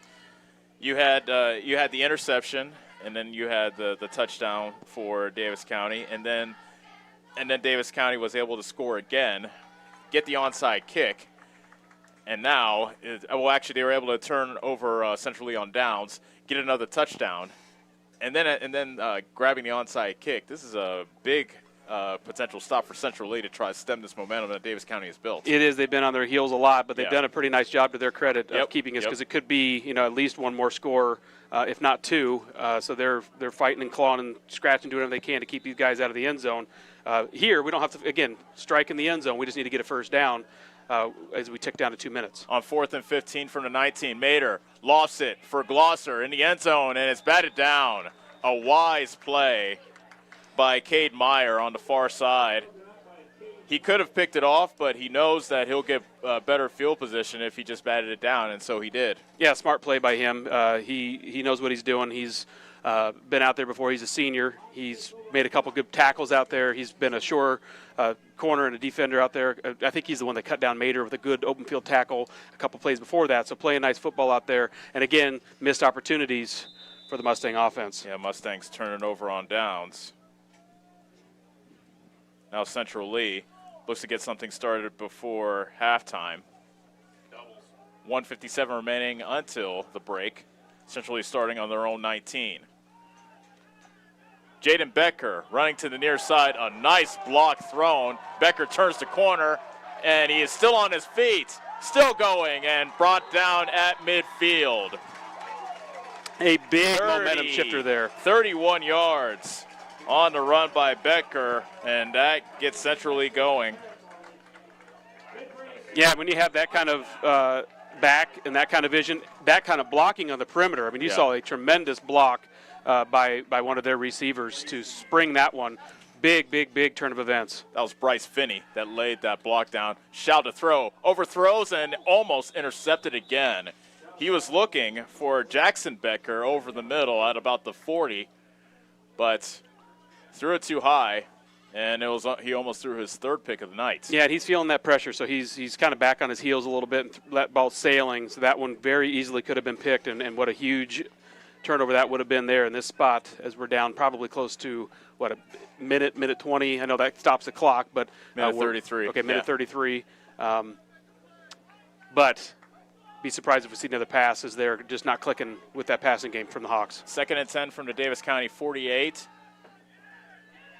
It's a keeper by Shao. Gets stacked up and dropped. That was a heck of a play by Caden Glosser. Was it Glosser? Glosser, yeah. He stuck up his blocker and prevented Shao from turning the corner, and then he made the tackle. What a play by Glosser. Yeah, a loss of 3. Yeah, because I was just thinking that was a nice job by the receiver to sustain that block, but really Glosser doing a nice job of keeping his outside arm free, not letting him get turned, and breaking off and making the play out there in the open space. Great play by him. 3rd and 13. Shao guns it deep. Far sideline. Too far for the intended receiver. Incomplete. 4th down. Good defense by Zittler back there. Again, he's gutting it out. He's playing safety back there. Stayed over top. Made a good diving play at it. Good defense by Davis County to force a 4th Neither and long team here. has punted in this game. And you wonder if we'll see our first punt now, and Central Lee does call timeout. They're on the minus. They're slightly in minus territory, so you're giving Davis County a slightly short field if you do go for it and you don't get it. Right, and we do have the ability to stretch the field. You know, we're looking heavily in Caden Glosser's direction right now on the offense, so they're doubling that up. But I would expect to see a punt here, and assuming they have a punt game of some kind, they surely do, to try to keep it at least a long field for us to drive as we tick down to about a minute here before halftime. Do they still have one timeout left? Is this their second or third timeout? This is Central Lee's last. Okay. I'm pretty sure. Both teams, I believe, are out of timeouts then well, at this point. Let's take a look at the old scoreboard and see if they have it up there. Actually, neither team has no timeouts left. So there you go.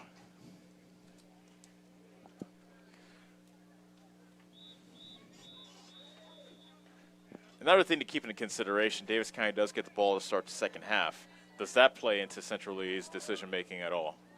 Well, I guess we'll see. Yeah, we shall see here. And haven't seen a punt by either team. Either way, we're going to be playing safe. You know, we're going to, if it does form a punt formation, I suspect we'll drop one of our safeties deep. But it sure does not look like it. Yeah, trips to the left with one to the right. Shao wants to throw. It's a double pass. Stuker looking to throw. Over the middle, incomplete. Stuker got absolutely pummeled by both Carson Mater as well as Matt Garman of Davis County back at the 40. So incomplete pass this time thrown by Stuker. He paid for it. And some Central Lee players and also fans want a flag, but no flag. Again, I was kind of shielded, but I heard the pop. I could hear it. It was a good hit, good pressure. Interesting play design there, you know, trying to essentially do, in those situations, what we would do a lot of times, you see it in college a lot too, or in the pros, is a Hail Mary type throw and hope somebody intercepts it, which essentially, if it doesn't get, received by your guy and it gets picked off, it's essentially the same thing as a punt. He wasn't able to get it off there because he got hammered as he threw it. I could hear it from here. First and 10 for Davis County at the Central Lee 49 with 47 seconds remaining. Mater. Screen pass set up for McCall over the middle. Immediately tackled by Jaden Becker. He's had himself a half, Brad. Yeah, he's got just an awareness of the game and a good energy to him. He knows exactly what's going on. I don't know if he's playing just a rover position because he seems like he's everywhere, but a good nose for the football and a good play on the screen pass there on first down. -1 back to midfield. And with 20 seconds left, Davis County looks like they're just going to be content with a 20-7 lead as they're kind of showing their hand already. They're already running to the locker room, so so that will do it for the first half. After falling behind 7-0, Davis County scores 20 unanswered. And our score at halftime, Davis County 20, Central Lee 7. We'll be back for the halftime show as Brad and I break down the first half. So we'll be back in 4 minutes on the Atomo Radio Group Sports Network. Hi, I'm Chris Ledke, owner of Pulaski Lumber. Whatever project you're working on, we have what you need. From shingles, new windows, siding, plumbing, or even nice new Milwaukee power tool. If we don't have it, we can order it. And if you need professional advice on a project, we're always happy to help. While you're here, check out our Makerspace building. Make plans to stop out every month on second Saturday for lots of vendors on hand. We look forward to meeting you at Pulaski Lumber, your start to finish lumberyard.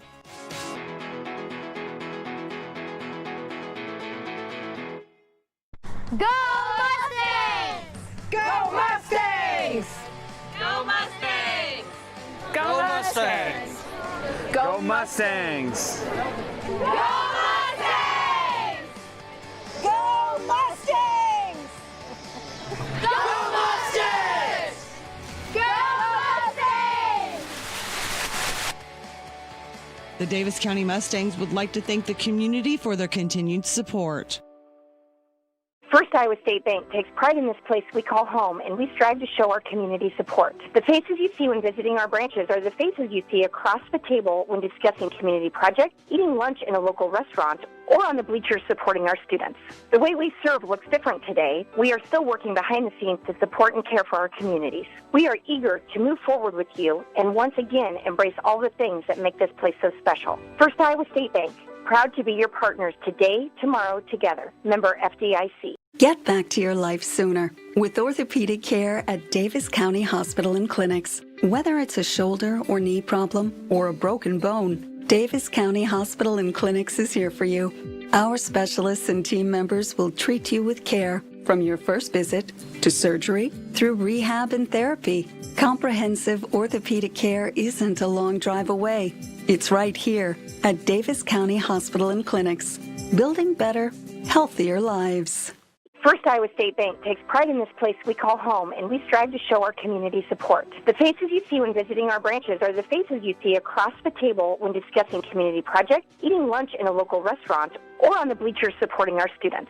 The way we serve looks different today. We are still working behind the scenes to support and care for our communities. We are eager to move forward with you and once again embrace all the things that make this place so special. First Iowa State Bank, proud to be your partners today, tomorrow, together. Member FDIC. Are you installing a new septic system? The man to call is Jody at Geotech Sand and Stone. They have state-certified septic sand, as well as top-quality black dirt, fill sand, and washed gravel for landscaping. They also have large rocks to add to your landscaping. Geotech Sand and Stone has very competitive prices. Stop out and get a load, or have one of their contractors haul it for you. Call Jody today for more information at 799-1235. That's 799-1235. Geotech Sand and Stone, 3 miles west of Eldon on River Road. Yes, the great outdoors is wide open. So why not make the most of it? Expand your family's freedom where the off-road's best. Like the only built-in GPS that doesn't require a cell connection. And group tracking that lets you spread out and stay together. Upgrade your ride for as little as $5 a day. Polaris. Think outside. Stop into Slayton Polaris, located 8 miles south and west of Pulaski. This is Chris Myrtle at Hamilton Produce. We have what you need to keep everything on your farm or in the shop in working order, including a full line of cattle chutes and calving equipment. We are also your best source for the most competitive prices on LP gas. Check out our full line of Carhartt clothing and dry shod boots. And did we mention we now carry Orca coolers as well? Hamilton Produce, your one-stop shop for all your farm and hardware needs. Just off the square in Bloomfield or on the old Brick Plant Road in Ottumwa.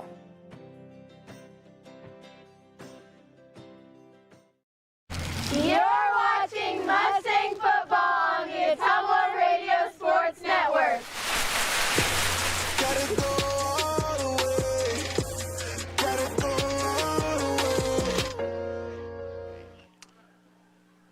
Welcome back to Donaldson, the home of the Central Lee Hawks. Davis County playing rude guests to Central Lee's homecoming thus far. 20-7 is the Davis County lead. And Brad, starting things off, Central Lee came out firing. Opening drive touchdown, very impressive drive to open things up. You can see by both teams that they were set on getting their running game going, and that's really all that they've had going from the Central Lee perspective is the ability to run the ball. But nothing to take away from them. They're doing a good job on the ground, finding good holes and good vision by their running backs. So I would expect to see more of that. But if they're going to hang in this game, they have to be more balanced, and they have to have the ability to throw the ball, something they have not had at all here in the first half. Not been pretty. Absolutely. And so after the opening drive touchdown for Central Lee, Davis County answered right back. All runs, starting from the Central Lee 4 and ending with a Gavin McCall 3-yard touchdown run. I think that's been an important aspect of this first half. Davis County establishing that run in that very first drive, and we've been seeing them still continue to go at that run throughout this first half. And that was kind of my key to the game as we talked pregame and as we set the game up before the kickoff, that we had to have that ability to get the run game going, because that last week again field conditions were bad. Williamsburg is a different caliber football team, but something that we saw last year a lot was really us setting the run game up with our passing game. Something tonight was a key for me. I wanted to see that run game get going. And you can see Gavin was running with a different level of focus and emphasis and just determination out of him, and really did a nice job of setting up the passing game, which is yet to come. So we thought maybe we had a shootout on our hands after the extra point was missed by Davis County. It was 7-6, and in the very first play from scrimmage, Central Lee, Mason Shao, their senior quarterback, overthrew his receiver, got tipped. Dawson Townsend, a name that we've heard a couple times this season, got himself an interception. Yeah, a guy that I don't know if he played last year. I don't believe he did. So doing a good job of making his presence felt. Second interception for him on the season. He's made some other plays that have been big for the Mustangs. So we're getting contribution from guys that we're needing, and we're getting contribution from all levels. We've seen some good play out of our sophomores on the return game, and something we're going to have here in the second half as well. Now, Davis County went on a long drive, 10 plays, but they were unable to score after taking over at the 50. And ended up trying to field goal. It got blocked, so the score remained 7-6 in favor of Central Lee. That was a score at the end of one. Central Lee then threw another interception at the beginning of the second quarter, but this time, if you remember, it was Big Trey Armstrong that got his hands on the ball. If I remember. How could I forget? Of course, yeah. Again, he tried to bat that one down, so that was the funny thing there is he tried to bat it down and kind of missed, as linemen tend to do. No, they're not out there to make plays, but he did. He batted it right to himself. And again, I didn't see how far he rumbled, but he's a big boy, and I'm sure it was a ways. He most certainly did. And this time, Davis County starting from the 17. So, I mean, Armstrong took it all the way to the 17. And so a 7-play, 17-yard drive, ending with a 3-yard touchdown run by Gavin McCall, his second of the game. Two-point conversion was good, making it 14-0. Sigourney turns it over. I beg your pardon. We talked about Sigourney while we were on the break. So we're getting updates on that score. That in my head. Central Lee turned it over on downs. Davis County goes on another drive, 55 yards, this time ending with Clayton Smith getting a 3-yard touchdown run. Much deserved by Clayton Smith. He's run the ball hard this year, and that's his first touchdown of the season. Yeah, he's been knocking on the door several times, and again, he doesn't have quite the experience that running back that Gavin does, and has that kind of weaselly ability that Gavin has with that good balance and that low stature, but good job by him, and I'm just happy to see him get in the end zone. Another turnover on downs against Central Lee. Actually, no, it was the surprise onside. Yes, the onside kick, which I absolutely loved. Yep. But Davis County could not take advantage. They got it inside the red zone, but were unable to punch it in. They turned it over on downs, as did Central Lee. After some good defense, they pressured Shao. They've been getting some good pressure on Mason Shao, the quarterback. Yeah, they are, and both sides are. I think that you said it. We had opportunities and didn't take advantage of it, and that's a big storyline here for us. But I think credit there has to be given more to the Central Lee Hawks as opposed to our lack of ability to take those opportunities and create those plays. They did a good job on defense, especially number 5. Remind me his name. Jaden Baker. Yeah, Jaden Baker. He's been all over the field for the Becker. Yep. Done a nice job job, been all over the field. I don't know if he's a rover position or a safety, what he is, but he's been all over the place. So good defense has really outmatched us on those missed opportunities. So a good matchup here tonight. A good matchup, 20 unanswered scored by Davis County. And just check out these Sigourney said it again. These Central Lee possessions. After the opening touchdown for Central Lee, interception, turnover on downs. The defense has really stepped up. They have, and we need to see that balance. We still have got to see our special teams be a little bit more sharp.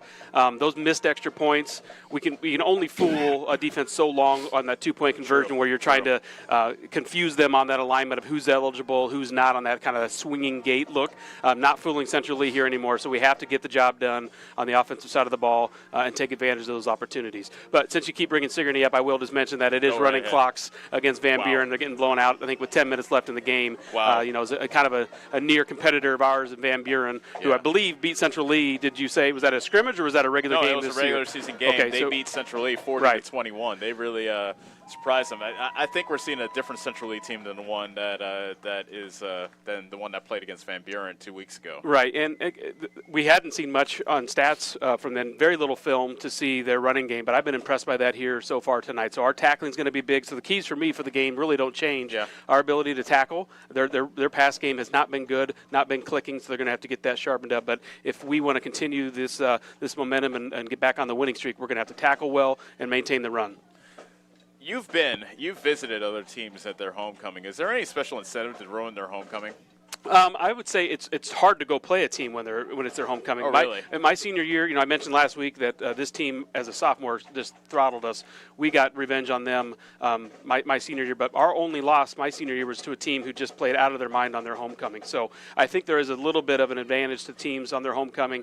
Again, we've talked about in previous weeks how fragile this season is in general, just with all the unknowns. So extra special homecoming here tonight that they have this opportunity, and it's their home field advantage, great conditions. And I expect them to be fired up as they have been when they've made good plays. They're not out of this game by a far shot. No, not by a long shot. But Davis County does have a 20-7 lead. We'll take another 3-minute timeout, and when we come back, we'll give some final thoughts before the second half kickoff. This is Davis County football on the Ottumwa Radio Group Sports Network. Do you need a fence built? Call Skylar at Hopkins Fencing in Bloomfield and save yourself some blood, sweat, and tears. Skylar can build whatever kind of fence you need, from barbed wire, woven, continuous, and custom welding. Check out the Hopkins Fencing Facebook page for lots of pictures of the quality fencing jobs he has done. Call Skylar at Hopkins Fencing in Bloomfield today to get on his fall building list, as it will fill up fast. You can find his number on Facebook or call 641-208-6310. The busy farming season is here, and Nutrient Ag Solutions in Bloomfield is the best place to go for all your seed and fertilizer needs. They're focused on one thing and one thing only, providing their customers with the best products and services to grow the best crops possible. Farmers call them today for liquid and dry fertilizers, starters, small seed, and corn and soybean seed. They also offer crop protection chemicals and custom applications. See why other area farmers are turning to Bob Lawson and the staff at Nutrient Ag Solutions in Bloomfield, where results in your field are always their first concern. Get back to your life sooner with orthopedic care at Davis County Hospital and Clinics. Whether it's a shoulder or knee problem or a broken bone, Davis County Hospital and Clinics is here for you. Our specialists and team members will treat you with care from your first visit to surgery through rehab and therapy. Comprehensive orthopedic care isn't a long drive away. It's right here at Davis County Hospital and Clinics, building better, healthier lives. Your best choice for groceries is Brothers Market in Bloomfield, where they treat you like family. They are proud to offer Best Choice branded items. While you're here, check out the awesome selection in their meat department and make sure and find something for your sweet tooth in the bakery. Don't forget to check them out on Facebook or visit their website at shopbrothersmarket.com. Stop in and see them today at Brothers Market in Bloomfield, where they treat you like family. Whether you are a player, cheerleader, or coach, your friends at Petrita Orthodontics are cheering for you. We are proud of the students in our area and are happy to support them in their school activities. We want to see you smile on and off the field. If you or your child are in need of orthodontic care, call us for a free no-obligation appointment. We have many different options available to help your child's bite and smile. Call us today at Petrita Orthodontics in Ottumwa and Oskaloosa. We look forward to making you smile. Go Mustangs! Go Mustangs! Go Mustangs! Go Mustangs! Go Mustangs! Go Mustangs! Go Mustangs! Go Mustangs! Go Mustangs! The Davis County Mustangs would like to thank the community for their continued support. You're watching Mustang football on the Ottumwa Radio Sports Network. Who won't stop us now? Who won't stop us now? He's back onto the field. Davis County scoring 20 unanswered after falling behind 7-0 to Central Lee. Hold a 20-7 lead.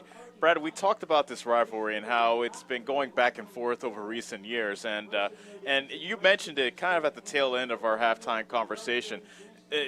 Davis County's going to have to win this game. Central Lee is not going to give it to them. And yeah, it's been a very balanced. We've seen good pushes out of both offensive lines, and defenses have been stubborn at times as well. You know, with us having many opportunities on offense, Central Lee has definitely had to be stubborn. They've been back on their heels a lot. So a good matchup here tonight, and again, just a perfect night of Friday night football. Couldn't be happier to be here. Here's some numbers for you. You spoke about balance. Davis County with 51 yards rushing, 109 passing for 160 total yards. A lot of that has to do with the short fields they've been given because of their defense either turning over on downs or getting an interception. On the other side, Central Lee at 110 total yards, 106 on the ground, just 4 through the air. That's been the issue for Central Lee, not to be able to do anything through the air, and they're going to have to make some plays in the passing game if they want to get back in this game against Davis County. Yeah, and you said a word first half that I think is important, a chess match. It's always fun to see the adjustments that get made by good, experienced coaching staffs. I'm not as familiar with Central Lee's coaching staff. I'm very familiar with our coaching staff and their ability to see matchups and make adjustments. So I'm interested to see what adjustments we're going to make to keep that balance. Even though we didn't have, like you said, very many rushing yards first half, didn't look very balanced, we gained yards on big plays and just enough to keep them honest. So they definitely have closed down Caden Glosser or doubled him up. They're very aware where he's at, so I'm excited to see if we can have another somebody step up in the receiving game for us to be able to stretch the field and keep that balance going. I think really the only receivers that Mater has thrown to this year has been Zittler, McCall, and Glosser. I think those really have been the only three that he's so far thrown to. So. Yeah, and so we've run some jet sweep looks and had a fumbled snap out of one. I believe it was to Glosser, just a missed timing. But we've also seen that jet sweep out of Smith. Again, he more of a block in that set. But we have that ability. I expect to see some of those wrinkles thrown into the offense. I've liked the play calls, and I expect to see some of those chances again, just to get guys that are athletic out in space in one-on-one positions. They've made good tackles when they've been out in space, but that can't last all game. Our athletes are too good. I expect to see them out in space here in the run game. What do you expect to see Davis County as they get the ball first, starting off on offense? I would expect to see something similar to what we saw. They're going to want to try to establish that run right away and get them kind of nosy up against the line of scrimmage and maybe pop something for Glosser. He seems like our only threat right now with Zittler kind of dinged up, to be able to stretch the field, not able to do so much, but not saying he can't if they go to sleep. So I expect to see us try to test the waters again in the run game. We had a huge hole on one of our scores when we needed it on one of our drives. Remember, we were kind of just like lethargic and not really getting a good push, and all of a sudden, boom, it just opened up like a bus-sized hole. So we can open up those holes, so I expect us to come out and test the defensive line here right out of the gates. Both teams have finished warmed up, and we're just about ready to start the second half. Davis County get the ball first. 20-7 is the Mustang lead. And still, no, I'm not going to jinx it. I'm not even going to say what I was going to say. Because I learned my lesson from a couple weeks ago. Yeah, 2 weeks ago I said Blake Stewart was quiet. Then he catches a big pass down the middle. Then he catches a touchdown. Of Blake Stewart-Valvia, of course. Yes. So, yes, Yep. I've learned my lesson. I'm not going to say what I was going to say. You woke him up. Yeah, I like a did. snake charmer. I did. You did. And let's not do that here tonight. But you're right. There They you have go. not had that. They have not been clicking on all cylinders out of their passing game. He's been throwing high. I think a lot of that is due to the pressure that he's received from blitz calls and D-line stunts out of our defense. Something we also have to keep going, not let them get that pass game developed. Carson Mater is back deep to receive this kick to go along with waiting for the player to turn around. That's Caden Glosser. So Mater, the quarterback, back to receive this kick. We've seen the wheels on him, so first time we've seen him back there to receive a kickoff. Dylan Stuker, I should say, has the ball teed up, ready to kick this one away as we are ready to start half number 2. High pop-up kick comes down to Glosser at about the 25-yard line. Running to the left, the 30, the 35, the 40, and spilled out of bounds around the 42-yard line. And a late flag flies in, thrown by the referee behind the play. That suggests that there was some extracurricular after the play. Yeah. Here comes the see what call they by call the referee. Here. No, illegal blocking it back on Davis County. That was a late flag. Like the play was done and over with, and then the flag comes flying in. Yeah, and a disappointing flag is a really nice return, good field position out past the 40. This one will march it back to put it back in more conservative field position for the Mustangs offense. Just the second penalty against Davis County. Central Lee has not been flagged yet in this game. Yeah, really good, clean football game. A pretty fast first half because of that.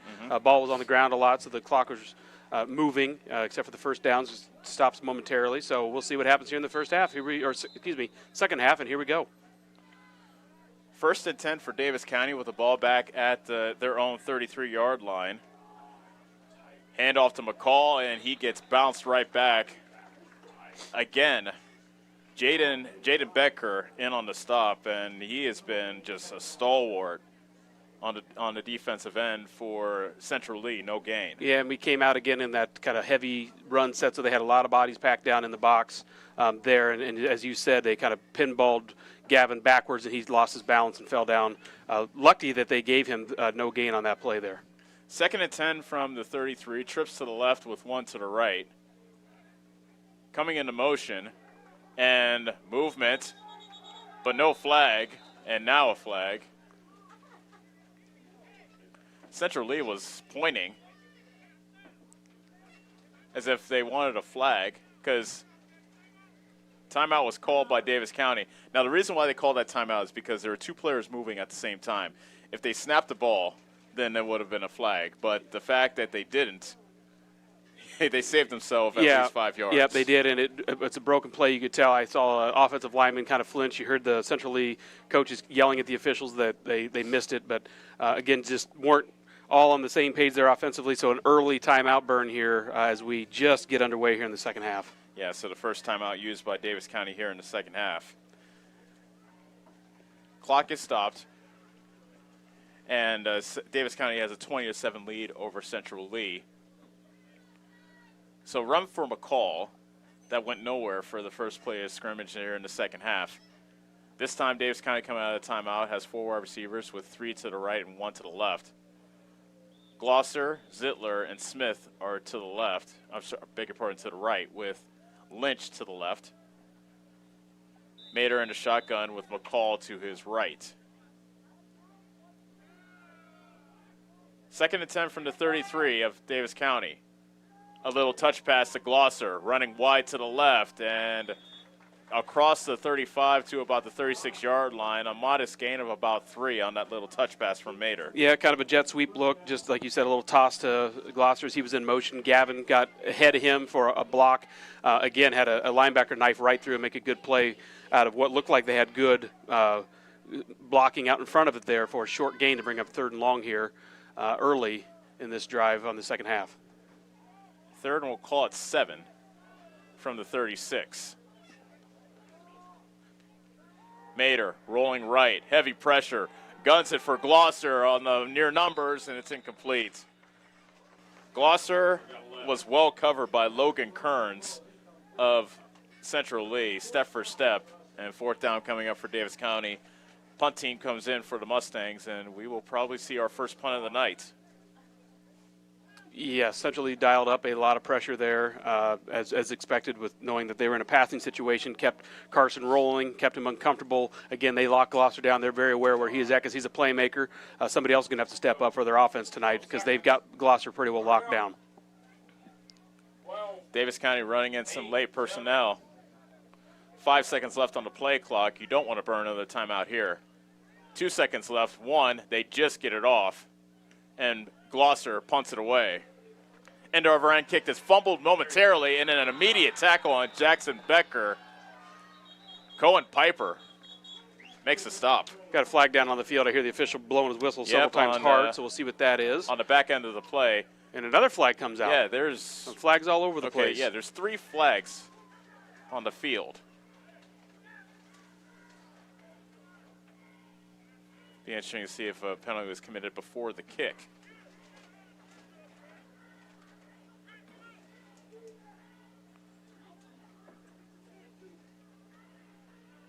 Well, illegal block in the back against Davis County. Unsportsmanlike conduct against Central Lee. If it was depends on the sportsmanlike if it was a dead ball or not. That'll depend on whether or not it's offsetting, I would say. Right. Yeah. Exactly. Depends on when they happen in progression of the play. Kind of weird that illegal block in the back is called on the kicking team. Yeah. I was kind of watching downfield a good initial turn of what the play resulted in, but then the flag started coming out, and we'll see as they sort it out what's going to happen. This might take a while to sort out. Of the timing of the penalties. Yes, exactly. 10:26 remains in the third quarter. Davis County with a 20-7 lead over Central Lee. Offense went 3 and out, and the referees are trying to sort out the offsetting penalties on a punt. So they march off the illegal block in the back 10 yards, then they'll turn around and then march off the unsportsmanlike conduct, which is 15 yards against Central Lee. And that should be a first down for Davis County, correct? Yes, it is. So the offsetting penalties gives Davis County a first down at midfield. So as it resulted, it was going to be a nice, result off the punt, a good flip in the field. Here, an even better result with the penalty of unsportsmanlike conduct. So you could see it getting chippy at a couple of times. Actually, I saw the official actually come over and have a talk with Central Lee coaches and yelling at one point. I yelled at one of the I heard one of the coaches of Central Lee yell at one of those players, say, "You can't do that." So I don't know what he did, but apparently the coach saw it, and that unsportsmanlike penalty was well justified. Right. And when you're pounding on each other, you're hitting, you expect there's going to be some extracurricular. That time somebody got caught. There is usually extracurricular happen on every play. That one resulted in a first down for the Mustangs. So Davis County catches a break with the penalty on the punt. And they retain possession with the ball now at the 50-yard line.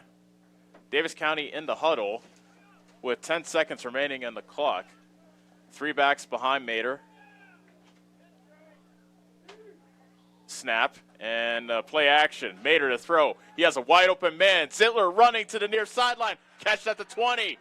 Gets away from his man and just got spun out of bounds at the 7-yard line. A gain of 43. Carson to Carson. Yes, very nice to see that. We knew we were going to have to see somebody else, step up and show their presence in the passing game. I tell you what set that play up was that run fake, right? Because we had them on the last series really thinking run. Again, that was what we used to spring that big play open. Great run fake out of Mater. Good job tucking the ball on his hip and hiding it, rolling out to his right, and a nice job getting open by Zittler on the right side of the field, as we call it.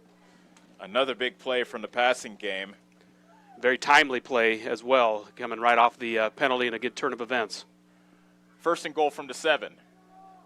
Handoff to Clayton Smith, running it to the near side and gets battered down by the numbers at about the 8. That'll be a loss of 1, maybe 2 if they mark it at the 9. Yeah, it is a loss of 2 back to the 9. not fooled there where the Hawks completely ready. And again, Smith kind of bounced that one outside when maybe, if he could do that one again, keep it stuck up inside the tackles where the hole was originally designed to be made, try to get something positive there, a negative play on first down. Second goal from the 9 with 9:43 remaining in the third quarter. Mater runs it wide to the left, and he gets spilled right around the line of scrimmage. So they tried running it in the conventional run formation, and Jaden Becker, among others, stopping Mater, trying to run it wide to the left. A yard gain to the 8, and third and goal coming up. I've been impressed with their defense on the perimeter because we had a lot of bodies out there again in front of Mater who it's hard to know who's going to block who, and sometimes you trust that the guy next to you is going to take that person that ends up eventually coming through and making the play, so some miscommunication. We had a lot of bodies there, again, kind of a missed block for a good play out of the Hawks. Third and goal from the 8, play action. Mater guns it to the near side of the end zone, tipped and incomplete, almost picked off.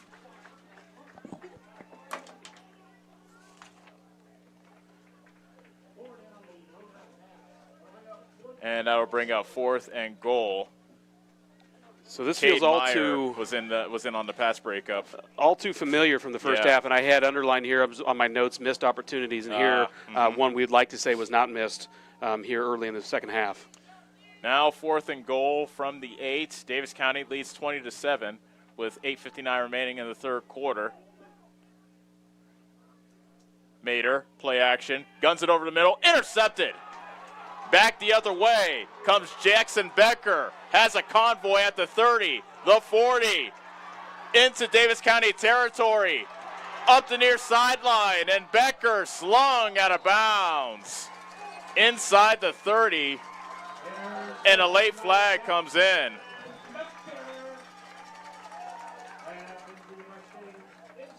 He was tackled inside the 20 to about the 15-yard line. A big turnover there, the first interception of the year thrown by Mater, and a flag at the tail end of that play. I think Mater grabbed him by the opening of his helmet, the bottom of his helmet, to bring him down. So okay, I think we might have a personal foul on the back end of this as well. Well, you could see kind of a cat and mouse game between Mater and the return man there on the interception. Mater just kind of playing center field, trying to do everything he could to slow him up after the interception. So not only a missed opportunity, but a humongous catastrophic change of events here. Again, still pretty early here in the second half. Unsportsmanlike conduct called against Davis County.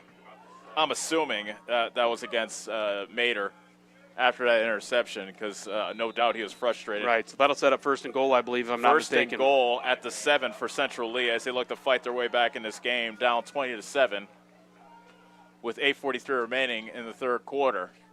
Handoff to Moore, running straight ahead, and stopped inside, actually stopped right at the line of scrimmage at the 7. Yeah, a lot of bodies there at the point of attack for the Mustangs. Looks like that was Matt Garman on the stop for Davis County. Good. I saw several white jerseys in there and a good push out of them to be stubborn on that first down play. Need several more of those here. Dig deep out of their pockets as they're back on their heels. Second and goal from the 7.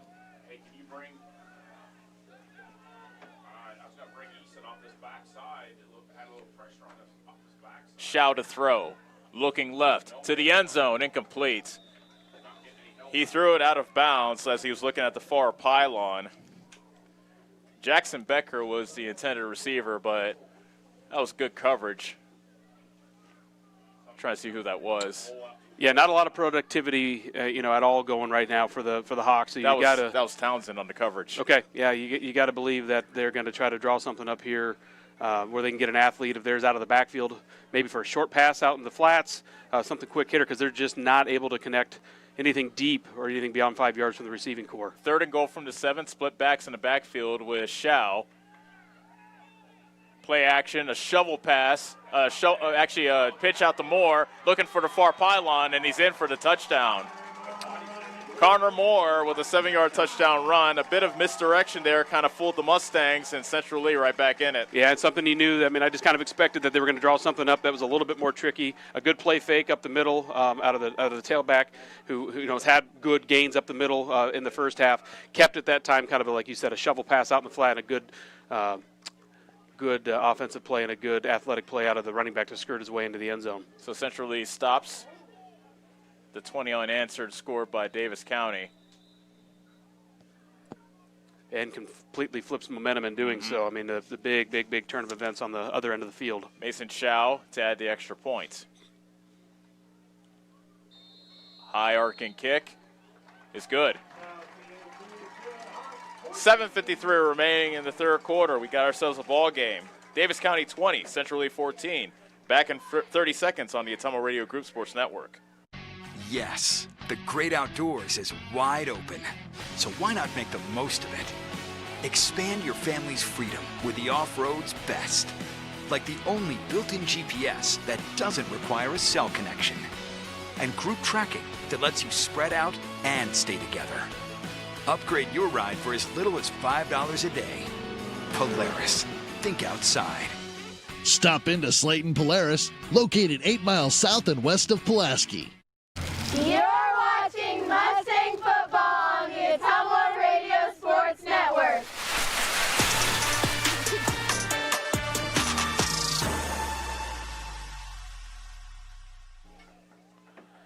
After the Carson Mader interception, Central Lee takes advantage.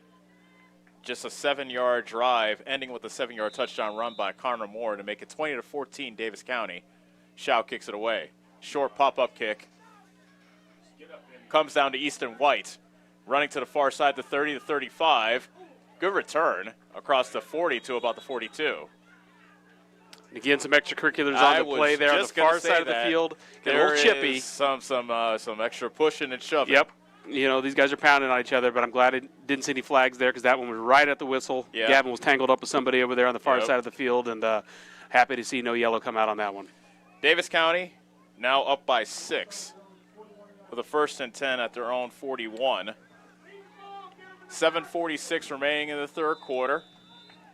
3 backs behind Mader.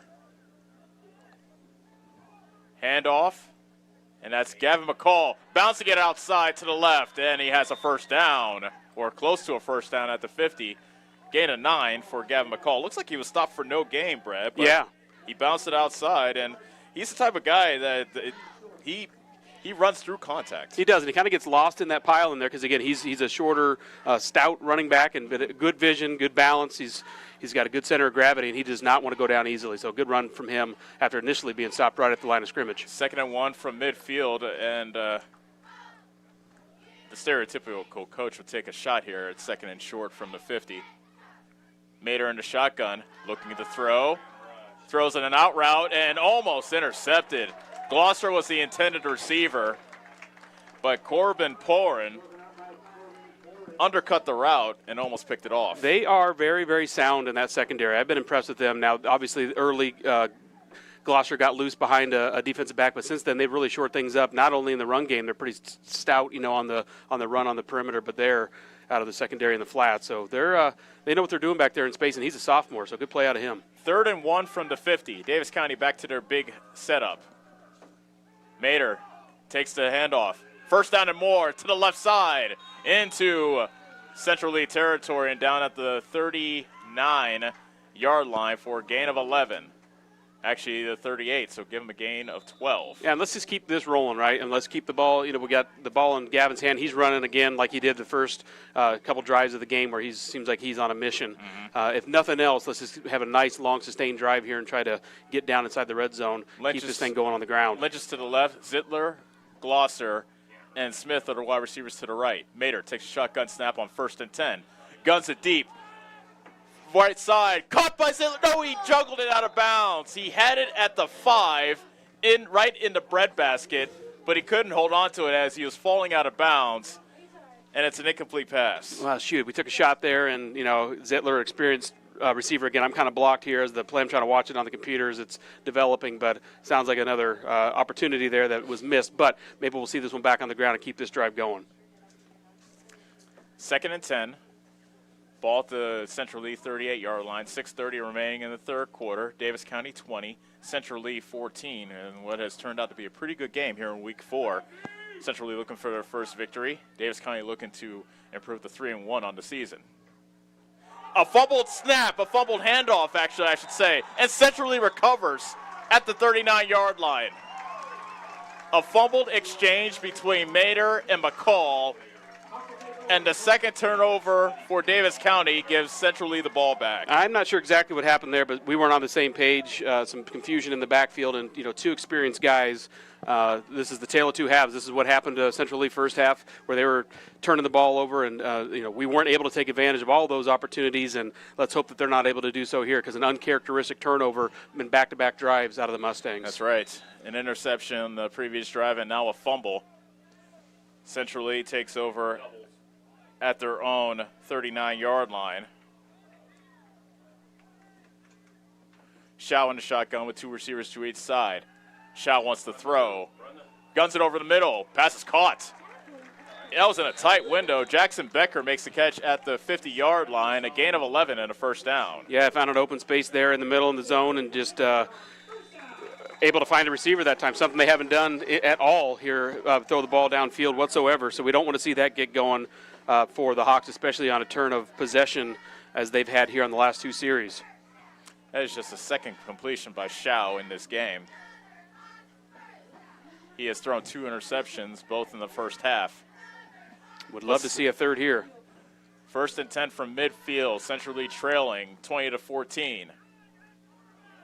And Shao keeps it as he runs it up the middle, gets it into Davis County territory, tackled around the 48-yard line for a gain of 2. Yeah, that looked more like a true zone read. He's reading somebody because the running back thought he was going to get the ball. He kept that in his belly a long time, was reading something for a short gain. You could tell the running back on a mission. He's been running the ball well, wanted that one, and they hung on a long time. So he's reading something. So that was a true zone read, a little wrinkle that I don't think we've seen yet to this point in the game. 5:30, actually make that 5:25 remaining in the third quarter. Central Lee trailing 20-14.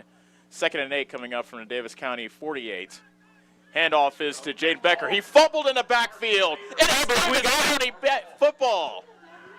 Carson Mater recovers it. Caden Culberson, sophomore, forced the fumble. And Carson Mater, quarterback on offense, linebacker on defense, recovers.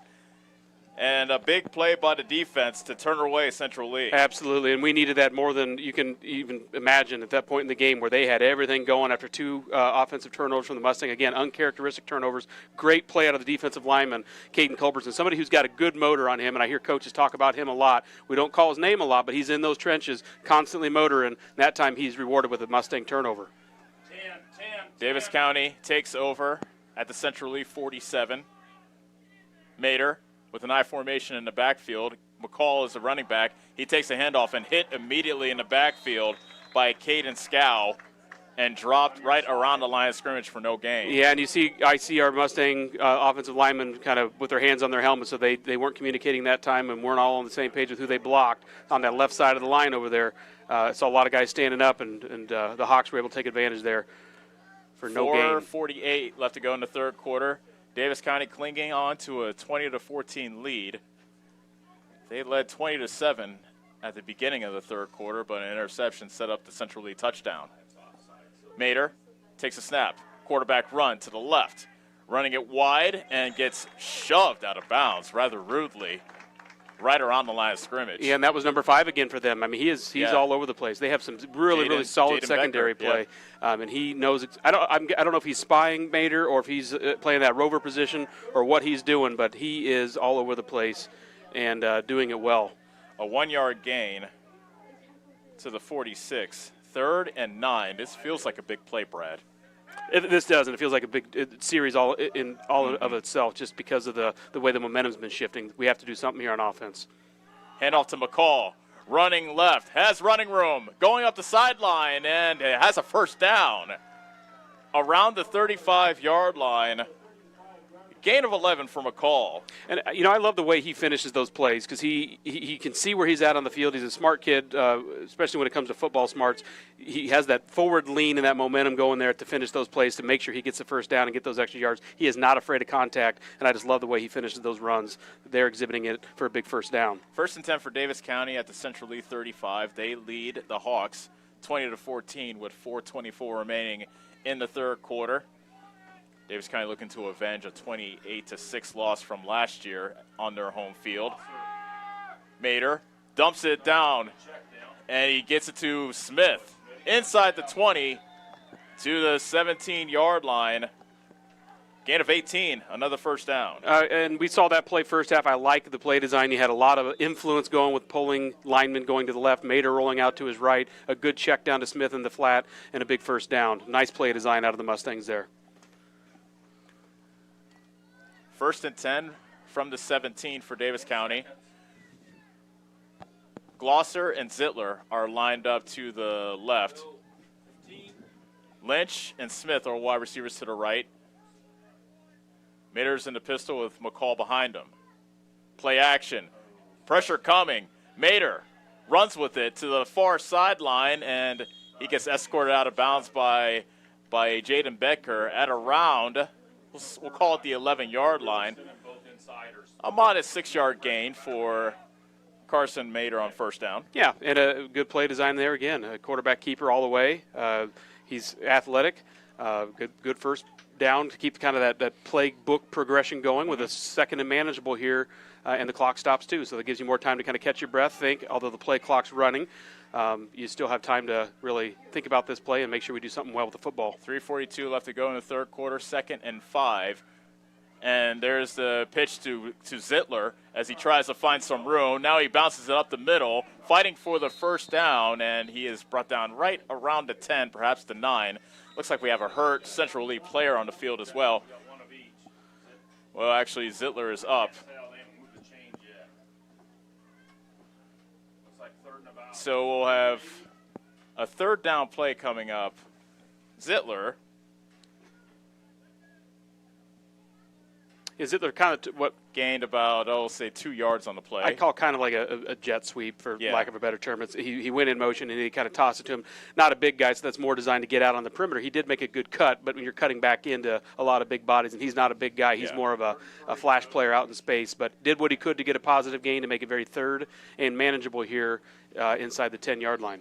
Yeah, third and about 2, it looks like, when we continue play, but trainers are attending to the hurt Central Lee player with 3:29 remaining in the third quarter. Central Lee scored on the opening possession to make it 7-0. Then Davis County scored 20 unanswered. And now Davis County kind of got in their own way a little bit here in the third quarter. An interception was set up the Central Lee touchdown, and then a fumble. But the Davis County defense stepped up and got a fumble of their own after the Davis County fumble.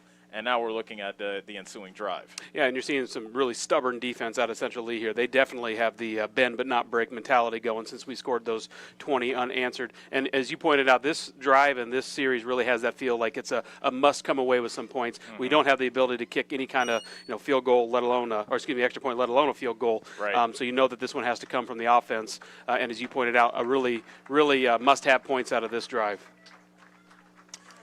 Devin Breecount is the hurt player, and he is up on his feet.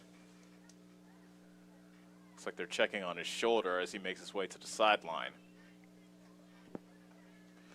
Big third down coming up, 3rd and 2 after the injury. 3:29 remaining in the third quarter. Davis County looking to add to their 20-14 lead.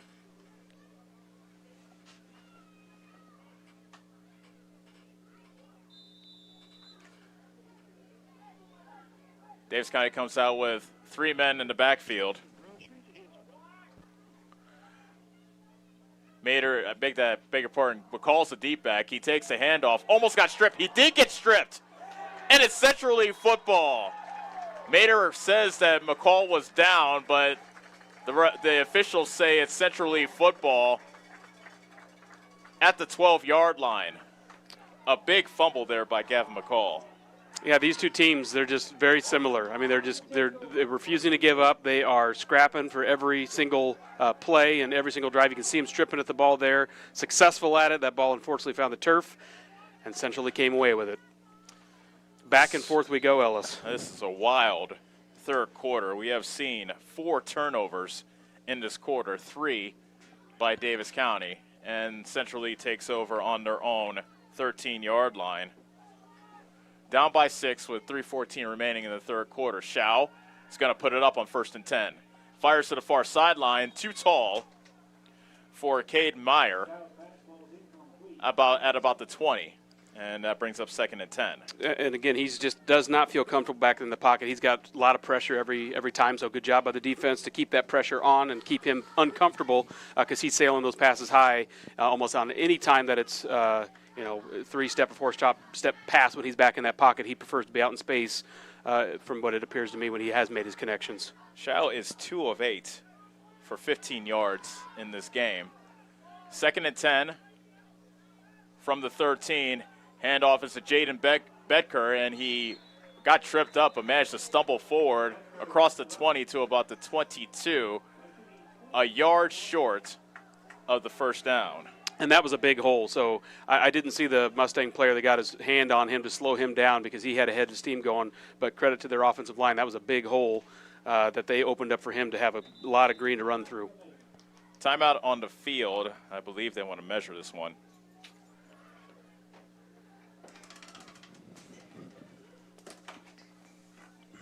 To the naked eye, I didn't think they had it, but apparently it's close enough that they need to measure. And, I've been wrong before, so. Never. Ha! Just ask my wife. They stretched the chain, and he is short by about a foot. Excuse me while I pat myself on the back. 3:03 remaining in the third quarter. Central Lee trailing Davis County 20-14. 3rd and a foot coming up, and Connor Moore, big running back, checks into the ball game.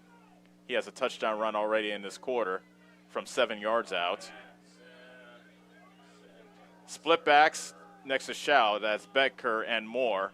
And they give it to Moore, the big fullback. He slams into the line, has the first down, and gets spilled at the 30-yard line. A gain of 8 for Moore and a first down. Yeah, and he is a big back. I don't see size or weight on him, but he's stocky. He's big and had plenty there after the initial hit to push forward and drag a couple people with him there for the first down. Big boy. 2:30 left to go in the third quarter. Central Lee with a 1st and 10 at their own 30, down by 6. As they're looking for their first victory of the season, they come into this game 0-3. Davis County is 2-1. Shao to throw. Guns it over the middle. Intercepted! Dawson Townsend. I don't know who Shao was throwing it to, but Townsend snags it at the 43-yard line, and Davis County once again steps up on defense. Yeah, and that's Townsend's second of the night, if I'm not mistaken. And I can see the quarterback as he's coming off the field looking at his wristband, so he was definitely expecting a different route than what was developed. I don't know if he couldn't see over the line and was expecting the guy to be more in the curl zone. No receiver there. Townsend, the recipient of yet another interception. Again, back and forth we go, Ellis. Here we go again. Yeah. Lots of turnovers. Yeah, 4 turnovers on Central Lee now. Davis County has turned it over 3 times. What was that you said about a clean game back in the first half, Brad? Yeah, it's gone out the window. 1st and 10 for Davis County at the Central Lee 43. 2:16 remaining in the third quarter. Davis County up by 6. Handoff, McCall. Tries to bounce it to the outside, runs over a guy as he gets inside the 40 to the 39. And that's a gain of 4. Yeah, again, what I appreciate about him is he plays behind his pads. I mean, he uses those pads to his advantage, and you see a lot of times after that initial contact that he uses his arm to push guys away, which I think is one of the reasons that ball is maybe not as stable for him at times, because he does kind of bench press guys off him with his open arm and then leaves the one arm on the ball to be susceptible to the strip. But he's a powerful back, and I like the way he finishes the play.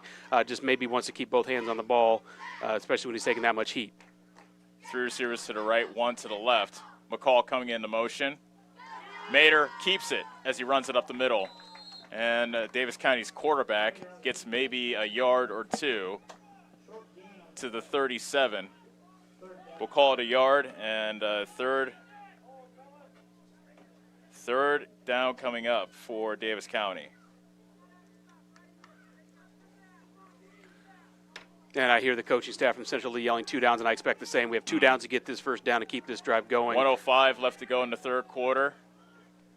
3rd and 4 for Davis County from the Central Lee 37. And it was Tyler Klosser that sprung out of his stance early for Davis County, and the false start cost Davis County 5 yards. And that changes things quite a bit because, yes, what was probably a two-down territory, two-down opportunity may not be so depending on what happens here on third down. Now we have 3rd and 10. Yeah, 3rd and 10-ish. 10-ish. We'll call it 9. Right back where we started. So you figured they have to get a sizable chunk here on 3rd down to entertain the possibility of going for it on 4th down. And I know there was some conditions to play with last week, but we saw the many mishaps that happened on our punt game last week. I'm sure they spent some time ironing those things out, but that lingers in the back of your mind when you're a punt team. Love to just go ahead and take care of it here on 3rd down. 3rd and 9 from the 42. Mater rolling left, stops, throws, wide open man. It's caught. Zittler climbed the ladder inside the 30 to the 29-yard line. A tough catch by Zittler. Yeah, and he comes a gain up, of 18. He comes up a little gimpy again. He's a tough kid. It's just that leg is just not healthy. So, yeah, he went up for kind of a jump ball, came down with it, came down a little bit awkwardly. He is definitely ginger, but I just love the guts and the character out of him to fight and no quit out of him. Big conversion there for 1st down. That was a gain of 13 to Zittler. And Zittler's caught some huge passes both on 3rd and 4th down today. Fresh set of downs for Davis County at the 29-yard line of Central Lee. 10 seconds left, and they'll have to run one more play before the end of the quarter. Smith to the right side of the offensive line, inside the 25 to the 24, and that will be the final play of the 3rd quarter. A seesaw, back and forth. 3rd quarter will give way to a very dramatic 4th quarter. At the end of 3, Davis County 20, Central Lee 14. Come on back for quarter number 4. Should be fun on the Ottumwa Radio Group Sports Network. Attention Southern Iowa. Do you need a better night's sleep? Maybe it's time to get a new mattress. Dixon's Mattress Outlet in Bloomfield has the most competitive prices on new mattresses in all different sizes. Darren sells camper mattresses, commercial bedding, rollaways, special order sizes, bed frames, and mattress protectors. Call Darren today and he'll meet you at the warehouse. Dixon's Mattress Outlet, 641-664-3060. That's 664-3060. The busy farming season is here, and Nutrient Ag Solutions in Bloomfield is the best place to go for all your seed and fertilizer needs. They're focused on one thing and one thing only, providing their customers with the best products and services to grow the best crops possible. Farmers call them today for liquid and dry fertilizers, starters, small seed, and corn and soybean seed. They also offer crop protection chemicals and custom applications. See why other area farmers are turning to Bob Lawson and the staff at Nutrient Ag Solutions in Bloomfield, where results in your field are always their first concern. You're watching Mustang football on the Ottumwa Radio Sports Network. Everything good, but it ain't sweet, no.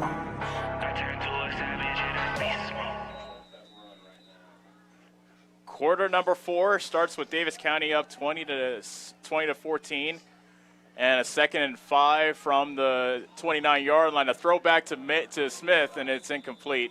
Mater underthrew that to Smith, who was open on the left side on a wheel route, but at about the 15-yard line, he threw it into the back of the defender. I think that was number 3, maybe? Yeah, that was Jackson Bedker. Yep. It took kind of a little bit of time to develop that play. You're rolling right, throwing back left, kind of throwing it back against the field. And, Smith had a couple steps on the linebacker, but Carson was able to not quite get enough air under it and hit the defender right in the either top of the head or the back. 3rd and 6 from the 24. Mater throws it on a slant. Zittler got it tipped away from him, and there's got a hit flag. early. Yep, he was getting tackled as that ball was still in the air, so a good call by that far line official on the far side of the field. Zittler was in a matchup with Logan Kearns on the right side, and Zittler came in on the slant, and in the eyes of Brad and also in the eyes of the officials on the field, Kearns hit Zittler early, and this should give Davis County an automatic 1st down. But we'll wait on the call.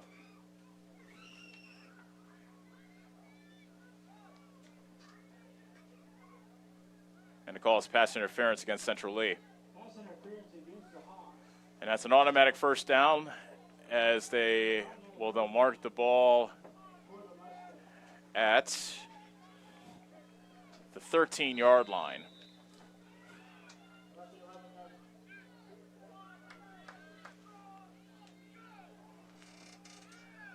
First and 10 from the 13.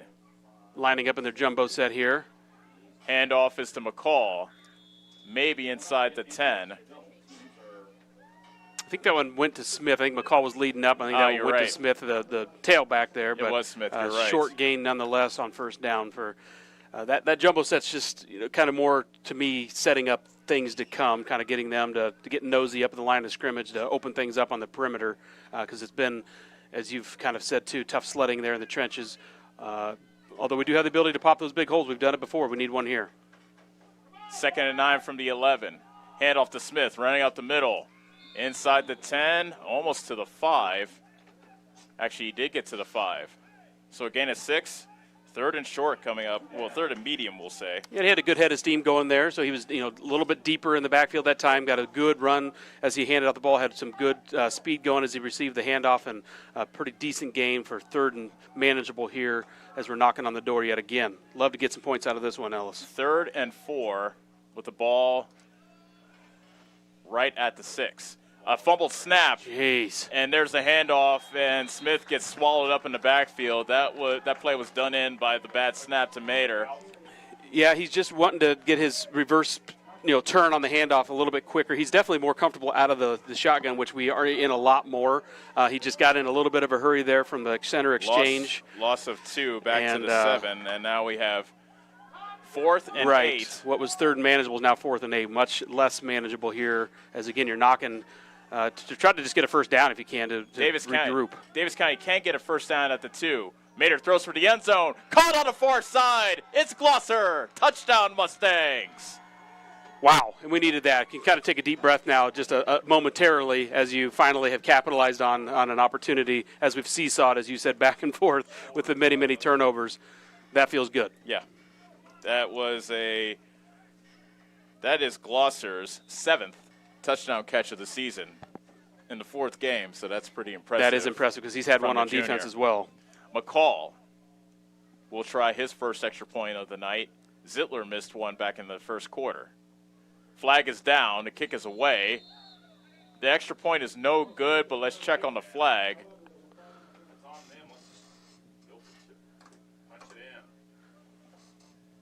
And it's a legal formation against Davis County, so the penalty is declined. The extra point is no good. And with 10:05 remaining in the ball game, Davis County once again has a 2-score lead. 26-14 is our score on the Ottumwa Radio Group Sports Network. At Community First Credit Union, there's a lot to see. We build customized financial solutions so you can enjoy the life you want. We make it comfortable to have a conversation about what's important to you, like helping you stay on course to reach your savings goal. And what's important to us all, like helping to support causes that count. See for yourself what See First can do for you.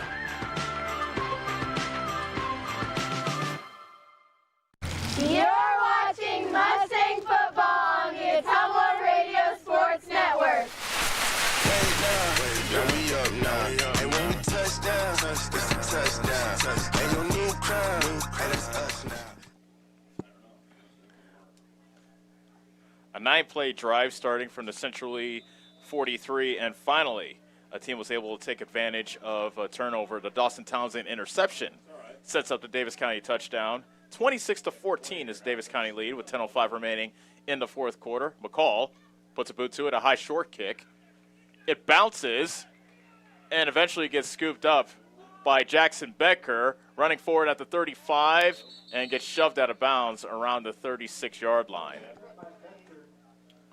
Yeah, so our kicking game woes kind of continue here, Ellis, and I just hope that doesn't come to bite us because we really are missing out on some points. We were able to cover up for the one early when we converted the 2-point conversion, but we have not been able to do so since.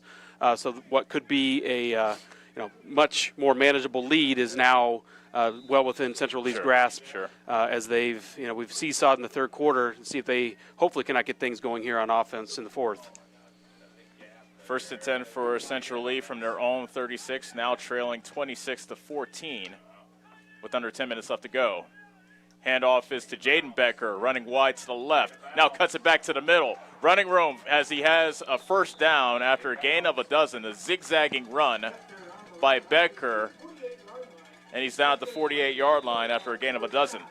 Yeah, and I don't know if the fans at home can hear, but you hear the coach in the background saying we were misaligned on the defensive line there. They had a tight end on the far side of the field. Our tackle was slid inside, more lined up just outside the center's nose, so they took advantage of a misalignment there on defense and made a good play on the run. Becker now over 100 yards. I have him at 108. He takes another handoff, gets tackled from behind by Carson Mater in the backfield. Mater came in on a blitz and looks like Jaden Becker maybe hurt. Oh, no, it looks like his knee is, his leg was bending in a way that it should not be bent. That poor kid. Ooh. Yeah, I'm hoping. That's a bad-looking injury, I think. So the clock is stopped with 9:27 remaining. And, okay, maybe it's not as bad as I thought it was, but I thought. Well, I think it was a major calf cramp that kind of kicked his foot out sideways when you just get that spasm when you can't control it. His foot just went sideways, but looked like it was some just major cramping to me. Fortunately, it kind of looked like it was broken. It did. The way his foot went laid over to the side, but it was just a major muscle cramp out of his calf. Painful nonetheless, but something you can recover from much more quickly than a broken leg. Yeah, easy for us to say. We're not the one feeling it. But fortunate that he was able to get himself off the field, and he'll play another snap later on once he works that cramp out. That was a 1-yard loss. Let's keep in mind that great play by Carson Mater to tackle Becker from behind. Yeah, good play by him and a good blitz off the edge. So he's kind of all over the field too, offensively and defensively. 2nd and 11 from the 47, Central Lee trailing 26-14. Shao with a quick pass. They were trying to set up a screen, but he skipped it in to Jackson Becker on the left side. And after an incomplete pass, 3rd and 11 coming up for Central Lee. And with their inability to throw the ball down the field, this is a good situation for the defense to be in for the Davis County Mustang fans and the Davis County players. They're going to have to dial up something here, a screen or something to get one of their playmakers in space, but they're going to take some time to think about that and let that drama build. Central Lee calls timeout with 9:02 remaining in the 4th quarter.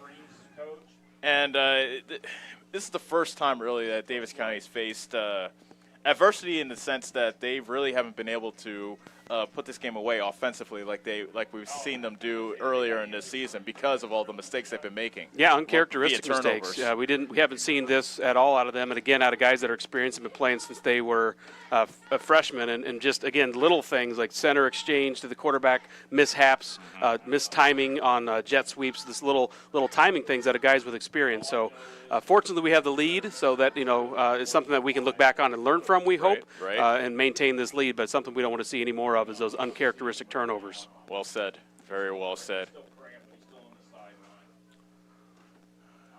Jaden Becker, who, as I said moments ago, went over 100 yards rushing, is off the field. So Connor Moore, the bigger back, is in the backfield.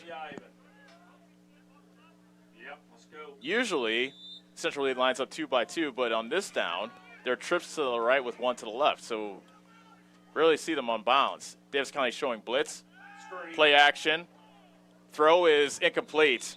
They tried a screen to the near side to the wide receiver, Bryce Finney. But it wasn't an accurate pass, but there to clean it up anyway was Easton White.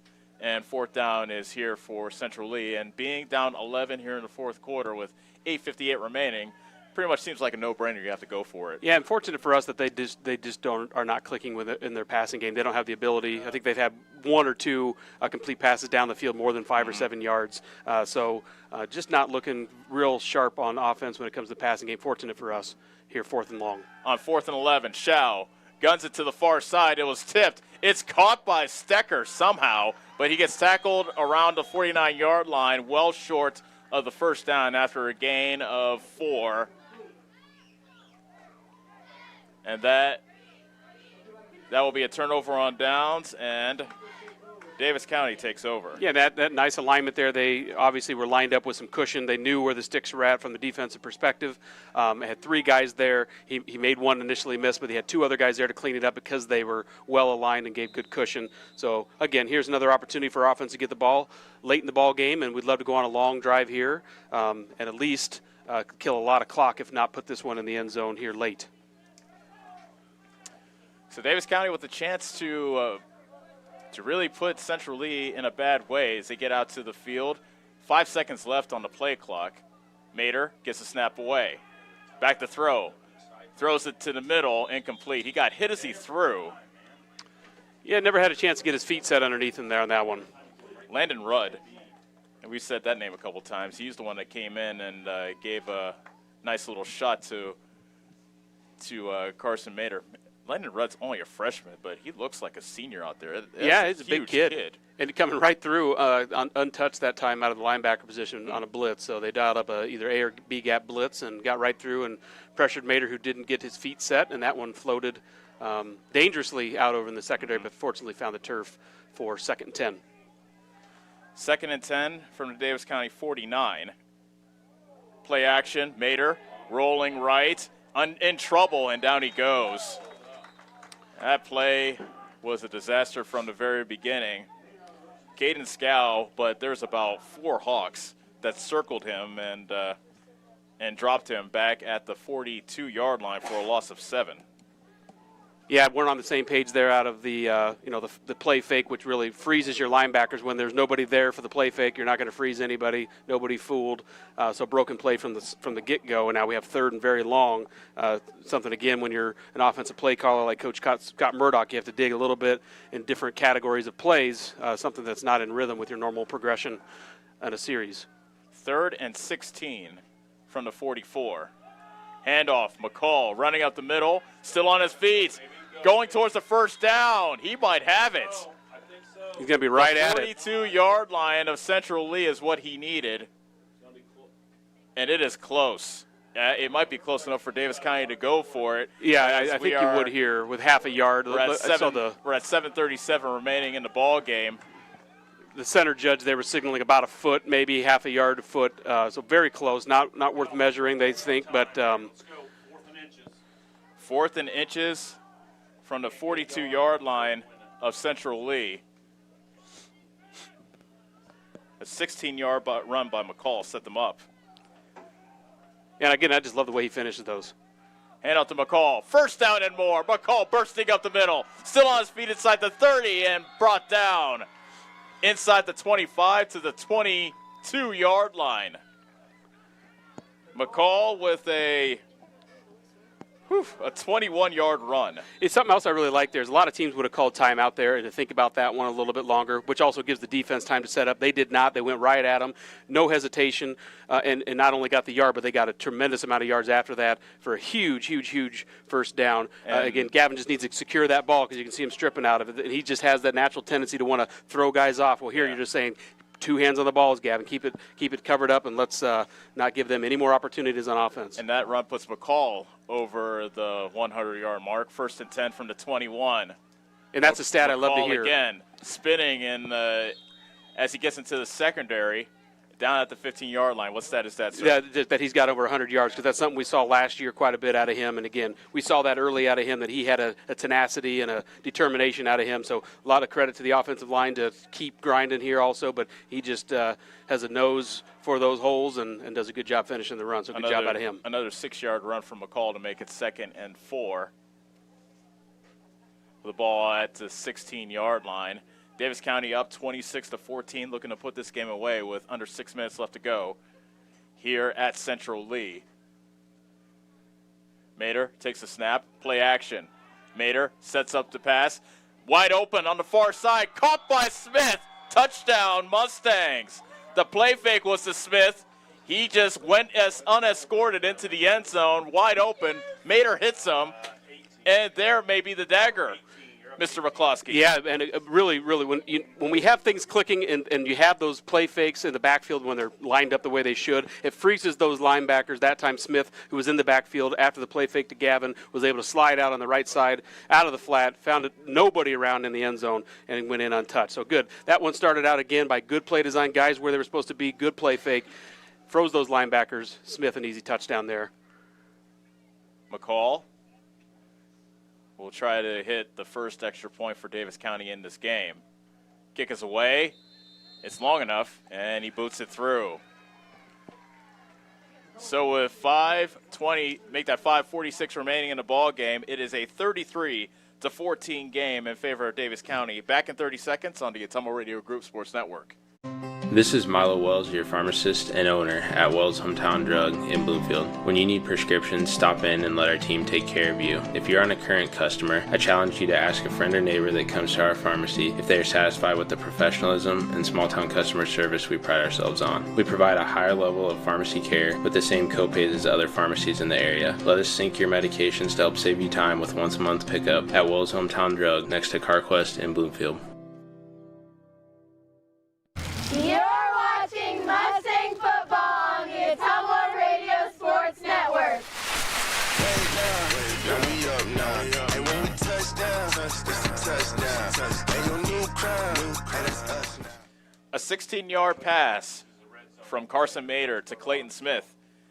And the extra point, good. Davis County now with their biggest lead of the game, 33-14 over Central Lee. Again, real happy for Smith, getting opportunities there, making plays when he's had them. That one really set up by the run game from Gavin, but a good 1-2 punch out of Gavin and Smith there. McCall puts a boot to it. That one kicks out of bounds, and that's a penalty against Davis County. So we have McCall over 100 yards. He has 2 touchdowns in this game.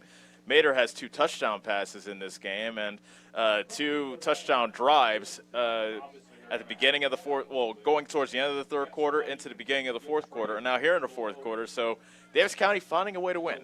And as we said, it was essential. We were talking pregame, essential to get that running game established. It took a long time to get going, but our coaches stuck to it. You could tell that was their game plan, and it's paying off here tonight. They're going to get a W, and this looked good.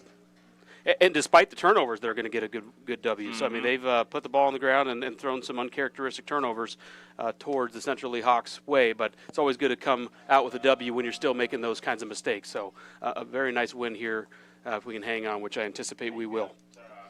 It is a 33-14 game with 5:46 remaining in the fourth quarter. Central Lee starts off on their own 39. Now, really, they're behind the 8 ball because this is the weakest part of their offense, which is them throwing it. Shao in the shotgun, claps his hands, takes a snap. Hands off to Jaden Becker, who's had a good night, and he gets wrestled down after about a 2-yard gain. Yeah, and you don't 41. Don't mind that at all if you're a Mustang defense, because that just keeps the clock running. The clock running, Yep, keeps the ball on the ground, and you can get this W sealed quicker. But that's about all they can do on offense. I mean, unless they're going to throw something quick to a guy out in the flat, they just don't have the ability to throw anything downfield from what we've seen so far tonight. And they don't seem to be much of a hurry with the clock churning. 5:10 and ticking left to go in the fourth quarter. Central Lee down 33-14. Shao, with a man coming into motion, takes a snap. A jet sweep to Cade Meyer, running wide to the left side.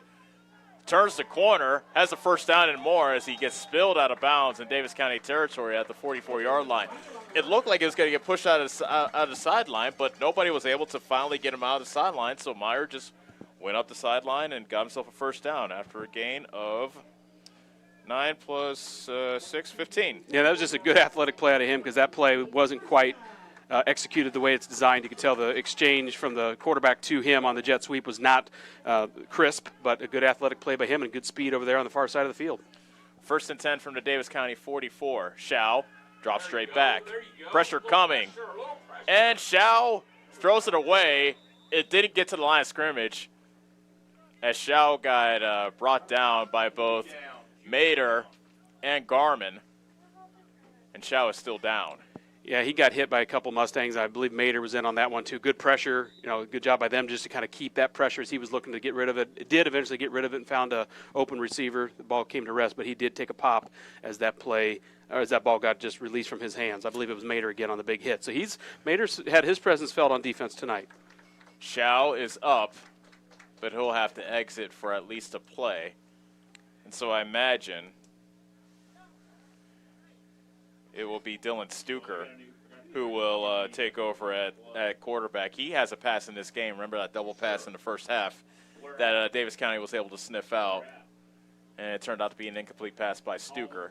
Yeah, and Mader's a hard player to throw over there, too. He's tall, he's got long arms, and that probably is not a good feeling when you haven't had any success at all as a quarterback, knowing he's barreling down. I need another defender, but a referee timeout here. as they're sorting out the injury and trying to figure out where the clock's at. There he started the clock. 4:46 left to go in the fourth quarter. They start the play clock, but because of the incomplete pass, correct. Yeah, the game clock stays still. 2nd and 10 from the 44. Dylan Stuker is the new quarterback, and this will be his second pass of the game. Lost it, near side at the numbers, caught. Down at the 20-yard line is Cade Meyer. Caught it in between two Mustangs. Looked like that was zone coverage, but Stuker dropped it right in between two defenders for a first down after a gain of 24.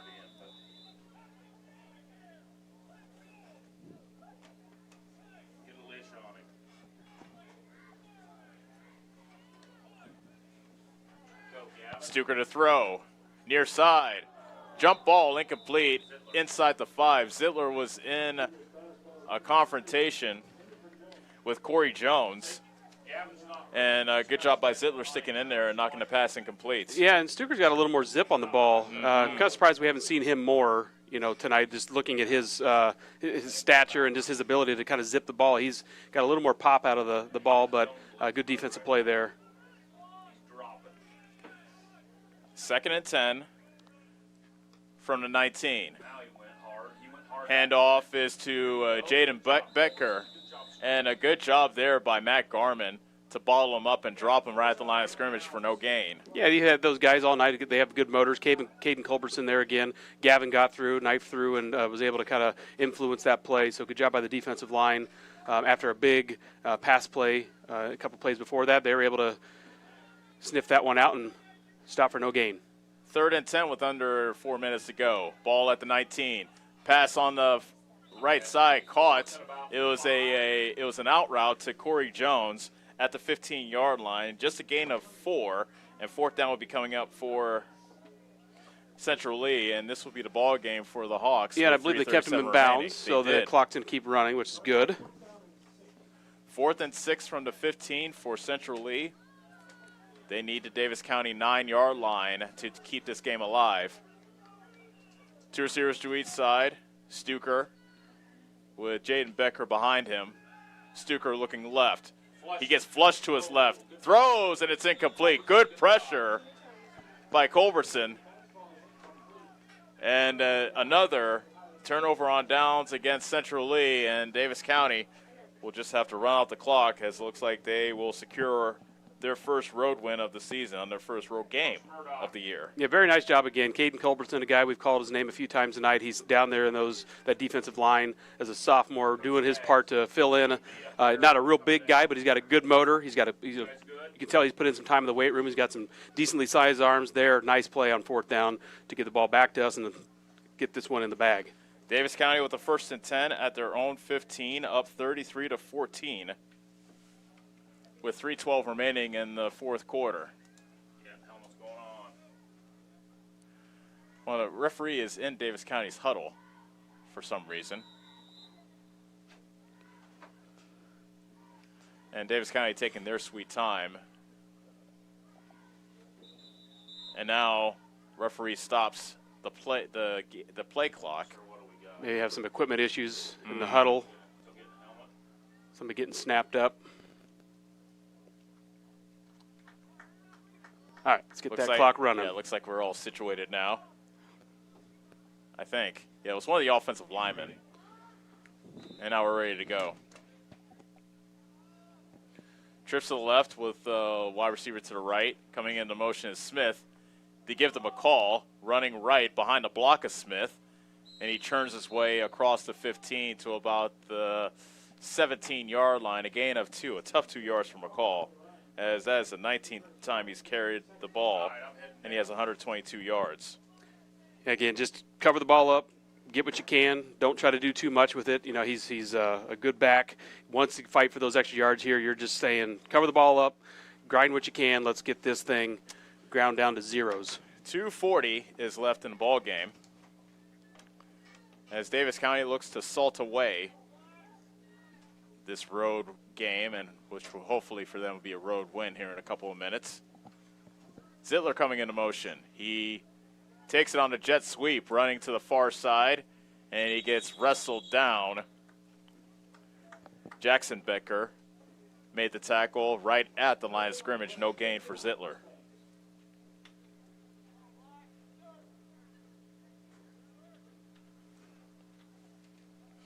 Fortunately, Zittler was able to stay in bounds, so the clock will keep moving inside of 2 minutes. Yep, I was just going to say the same thing. He stayed in bounds, keep this clock running. He's just a step slow, so we hope that he can continue to nurse that leg and make a big presence here in the coming weeks as they're going to face some more formidable opponents. West Burlington next week, and some other, Eddyville Blakesburg, we know they're looming out there a couple weeks down the road.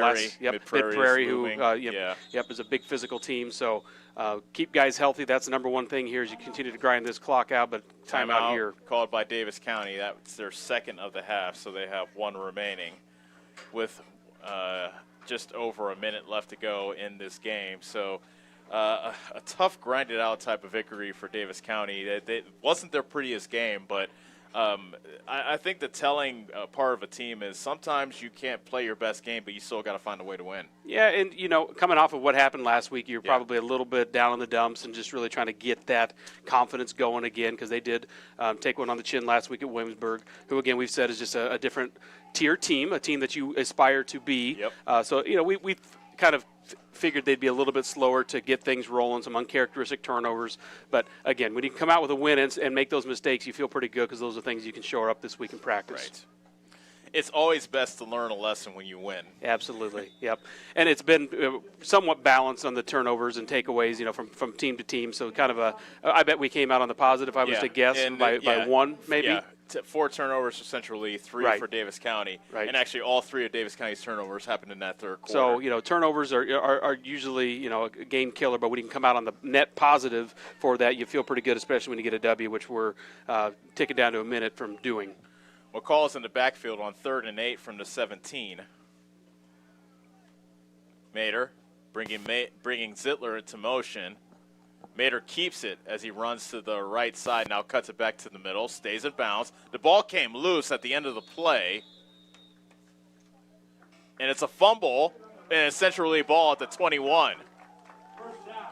Yeah, and that just, as a former coach, drives me crazy. In that situation, as an experienced player, take care of the football. I mean, that's the last thing you want there. Obviously, this game's out of hand by this point, but just guys, you're juniors now. Take care of the football. Cover the thing up, 2 hands. Just quit trying to do too much. And I'm sure that's what that timeout was all about. So Coach Murdoch's over there probably pulling his hair out with his experienced players here turning the ball over. 1st and 10 from the 22. Make that the 21 for Central Lee. Stuker guns it to the near side, end zone, tipped away by Carson Mater. Cade Meyer was the intended receiver as he was angling out towards the pylon on the right side, but Zittler was right there for him step for step and tips it away.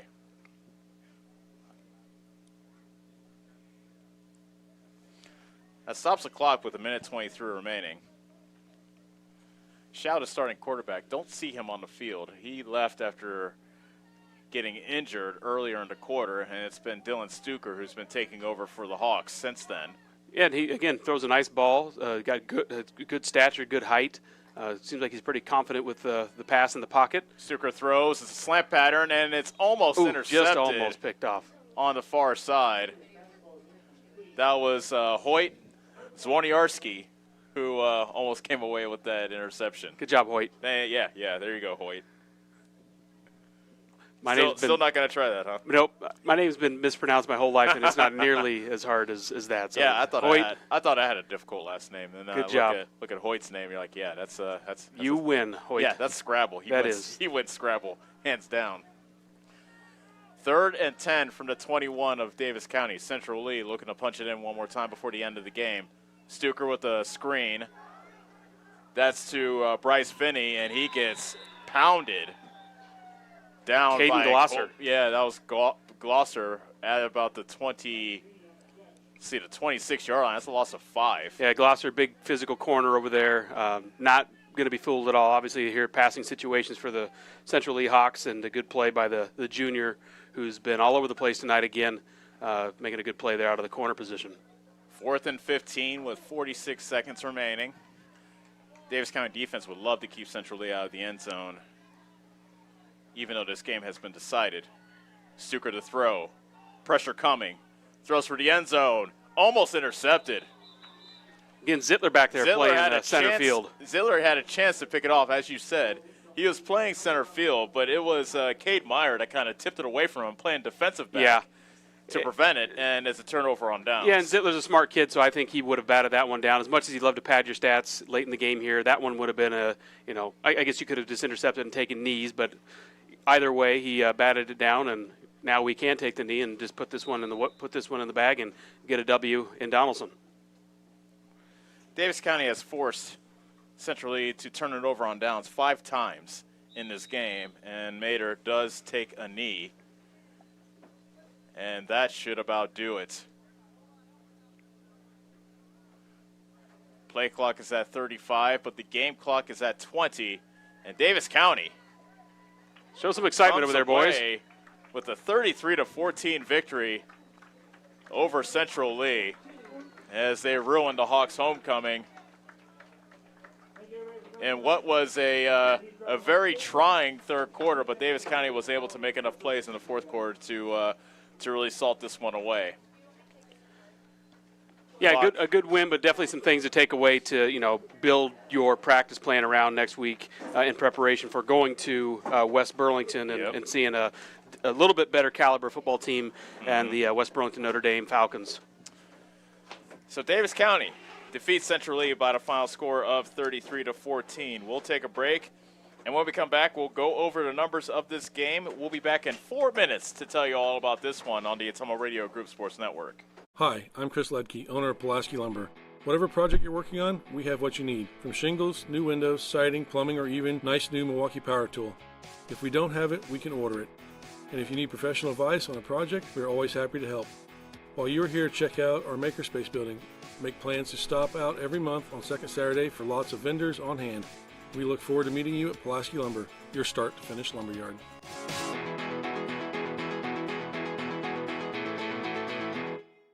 This is Lisa Bell. Hey, all you Davis County Mustang fans. The agents at Northside Insurance are just like you. We support the Mustangs, too. We're proud to live in Bloomfield, where we help families like yours with auto, home, business, farm, and life insurance. Get the professional coaching you need to win at life. Give us a call at Northside Insurance in Bloomfield and Centerville today, 664-2362. And go Mustangs! Nationwide is on your side. Nationwide Mutual Insurance Company and Affiliates, Columbus, Ohio, subject to underwriting guidelines, review, and approval. Get back to your life sooner with orthopedic care at Davis County Hospital and Clinics. Whether it's a shoulder or knee problem or a broken bone, Davis County Hospital and Clinics is here for you. Our specialists and team members will treat you with care from your first visit to surgery through rehab and therapy. Comprehensive orthopedic care isn't a long drive away. It's right here at Davis County Hospital and Clinics, building better, healthier lives. This is Chris Myrtle at Hamilton Produce. We have what you need to keep everything on your farm or in the shop in working order, including a full line of cattle chutes and calving equipment. We are also your best source for the most competitive prices on LP gas. Check out our full line of Carhartt clothing and dry shod boots. And did we mention we now carry Orca coolers as well? Hamilton Produce, your one-stop shop for all your farm and hardware needs. Just off the square in Bloomfield or on the old Brick Plant Road in Ottumwa.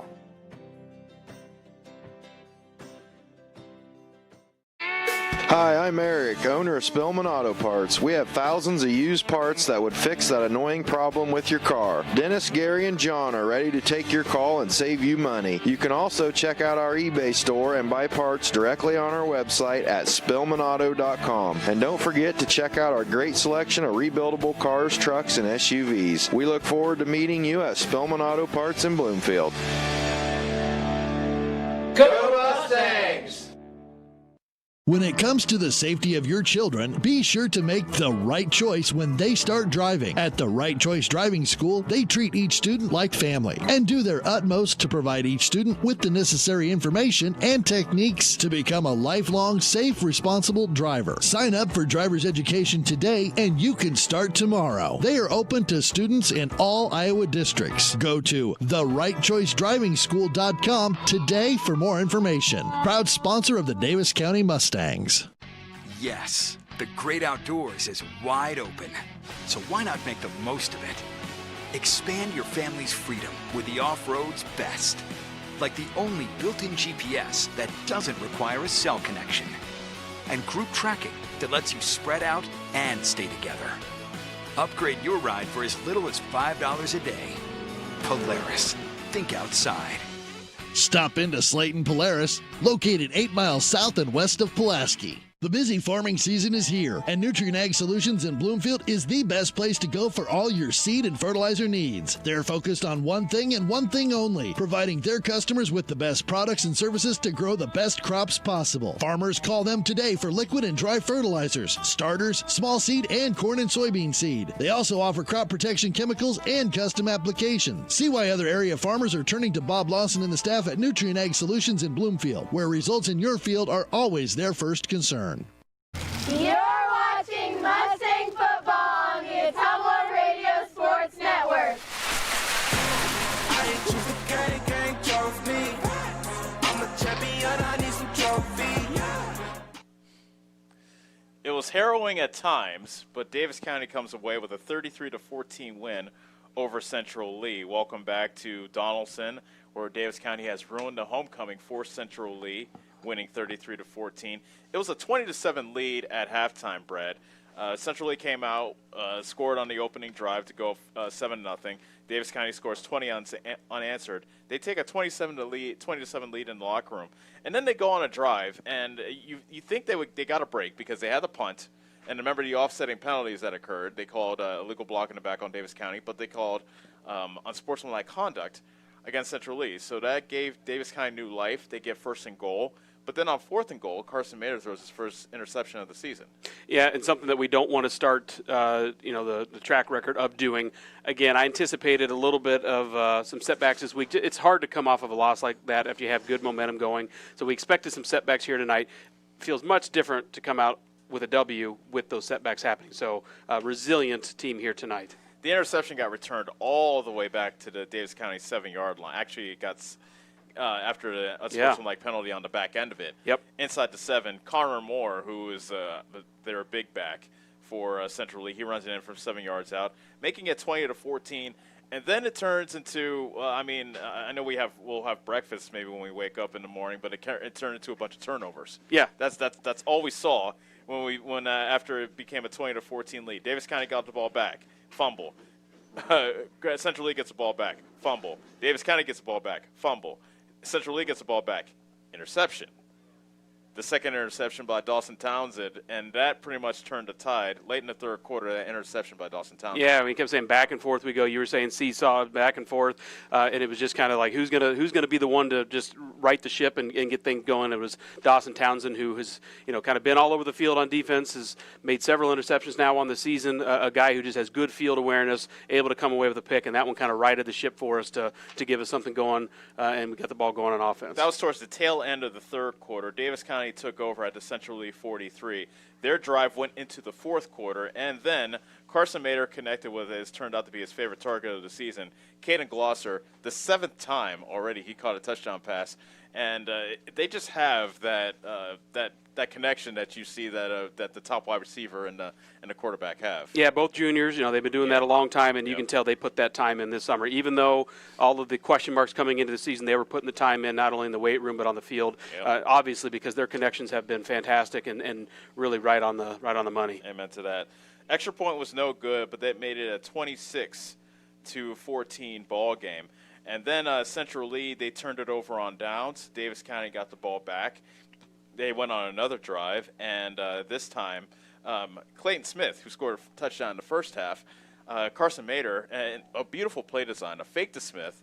Mader rolls to his left, goes back to his right, and he finds Smith, who got lost in the defense on a wheel route, wide open in the end zone for a 16-yard touchdown. And we saw what happens when those play fakes don't work as they should. You don't freeze those linebackers. That time they were able to. Good play fake, good play design. Linebackers got completely lost in that, and they bit on the play fake. Smith wide open and a good touchdown. Again, a very deserving guy to find the end zone for the second time tonight. So that made our score 33-14, and Davis County was able to stop Central Lee on downs again, and they came away with that win. So, as I said, a big win for Davis County after overcoming just a rash of turnovers, and especially in that third quarter. But they won the turnover battle. Actually, no, the turnover battle turned out to be even. Yeah, I was going to say, even with that late turnover there, that we're trying to just grind it out, still goes down in the books as a turnover. All right, some numbers for you before we get to the player of the game. Davis County with 140 yards rushing, 209 passing for 349 yards total. These are all unofficial, of course. Central Lee with 153 yards on the ground, 38 through the air, 191 total yards. Top rusher for Central Lee, Jaden Becker, who had a good game on defense, by the way, as well. 109 yards on the ground. For Davis County, 122 yards for Gavin McCall on 19 carries, and he also had 2 touchdowns. Carson Mader, 2 touchdown passes to go along with his first interception of the season. So many guys stepped up. We talked about McCall. We talked about Mader and Glosser a little bit. Carson Zittler with some big both 4th and 3rd down catches. And one thing you said at the beginning of the season, especially after the Centerville game and the Albia game, you said it can't be just Caden Glosser. Now you're seeing more people step up. And, we found him early in the game. They shut him down after that. Obviously, he's all over film at this point. His stats are just outrageous. He's doing a phenomenal job. Great job by Carson hanging in there in the pocket. So, obviously they're keying on him. Smith, good game tonight. He made his presence known, found the end zone twice. So lots of honorable mentions. We saw that it was obvious that Gavin had just that extra grit and determination out of the running game and an obvious emphasis to get him the ball. So a lot of honorable mentions here tonight, but we were unanimous in our decision for the player of the game. We discussed it during the break, and I thought I was just going to come up with a surprise, but Brad was thinking the exact same thing. Dawson Townsend, the junior, who, by our knowledge, is first year on the football team, 2 interceptions, the second of which set up Davis County's first fourth-quarter touchdown drive, which really put the game in Davis County's favor. That really turned the tide, which turned out to be a turnover fest. That turnover turned out to be the last one that really turned the tide for Davis County. He does, and he just has a good awareness in that secondary. He's always aware of where he's at compared to the receiver that he's trying to cover. So good football knowledge for a guy that we weren't looking at as being a difference maker. 3rd interception on the season. Mm-hmm. He had another one where he got his mid on and knocked it down when they sailed a pass. So all over the field. Again, lots of honorable mentions tonight, but we both agreed Dawson Townsend deserves to be the player of the game. Well done, well done by Dawson Townsend. Well done by the Mustangs. As we said, lots of contributions. We could have named about 3 or 4 players of the game, but Townsend really stood out as a guy that really made a big play and turned the tide for the Mustangs. So that does it. Davis County 3-1. How's that feel? It feels good because we've been knocking on the door. The last couple of years. We with the coaching staff change and Ken Anderson a couple of years ago, Scott Murdoch was on that staff, and so he was part of the progression and part of the building of what's now coming to fruition, which is this team that we're seeing that's been knocking at that door the last couple of years and just had those heartbreaking losses when they've been so close. It's just nice to see things come together late and to see that confidence grow. And even when you don't play a perfect game and come off a tough loss, to be able to put it together, come out with a W feels a heck of a lot different. You mentioned earlier how during your senior year, the only loss that you had was that this team that played out of their minds in homecoming. Central Lee came out firing, and they were really fired up for homecoming. Davis County faced some adversity, especially the first road game of the season. A kind of impressive performance considering it was the first road game of the season as well. Yeah, and again, I mean, it's hard to come off of a loss like last week. It is when you have high aspirations for your team and you really feel like things are going well. So we anticipated some slow start, as we are kind of a historically slow start as we've seen for 4 weeks straight now. But a W just feels a heck of a lot different, especially the kind of game that we played. So coaches have plenty of things to work on this upcoming week for what I anticipate to be a much more dynamic. They're going to have a lot more athletic receiving core at West Burlington.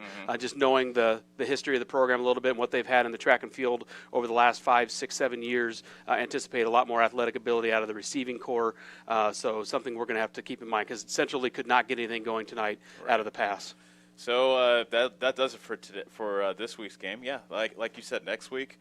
West Burlington, and just early on, what do you see out of that game? Because that's another tough. That'll be a tough road game for Davis County. It is, and it's a little bit bigger school. We're kind of historically a bubble 2A, 3A school. They were playing in 3A last year. If they aren't this year, I'm not exactly sure where they're at. I think they're in the 2A class, is why they're on our schedule. But a little bit bigger of a school, very athletic.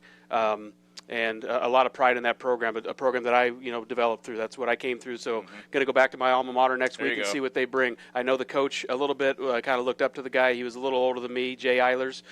Won a national title down in Northwest Missouri State as a captain down there. So good football pedigree. Bill Nelson product himself. So we'll see what they throw our way next week. It'll be fun to call it from my home in West Burlington. There you go. And will we get the red carpet treatment since it's your alma mater? It's been such a long time. Gosh, I have 21 years ago I was playing, so I don't think so. I played with some really good players and was always kind of that grinder player that just made things happen for other players. I don't think so, but I'll do my best. See if I can get a sandwich out of them, maybe. Yeah, we'll hold you to that. So, Brad, once again, thanks a lot, man. It's been fun. I appreciate it. I enjoy it. It's a beautiful night here under the lights, and always good to enjoy that with you, Ellis. Thank you. Fridays are always special. That's most certainly. So that'll do it for us today. Once again, our final score: Davis County 33, Central Lee 14. The Mustangs improved to 3-1 on the season. Central Lee remains winless and are now 0-4. We would like to thank you for making us a part of your Friday evening. The Mustangs will be back on the road next week in a non-district matchup. Awaiting the Mustangs will be the West Burlington Falcons as we roll into Week 5. Kickoff is scheduled for 7:30. We look forward to having you join us then. For Brad McCloskey and our producers Parker Stevens and Allison Walker, this is Ellis Kojo saying so long from Donaldson. You've been watching and listening to Davis County football on the Ottumwa Radio Group Sports Network.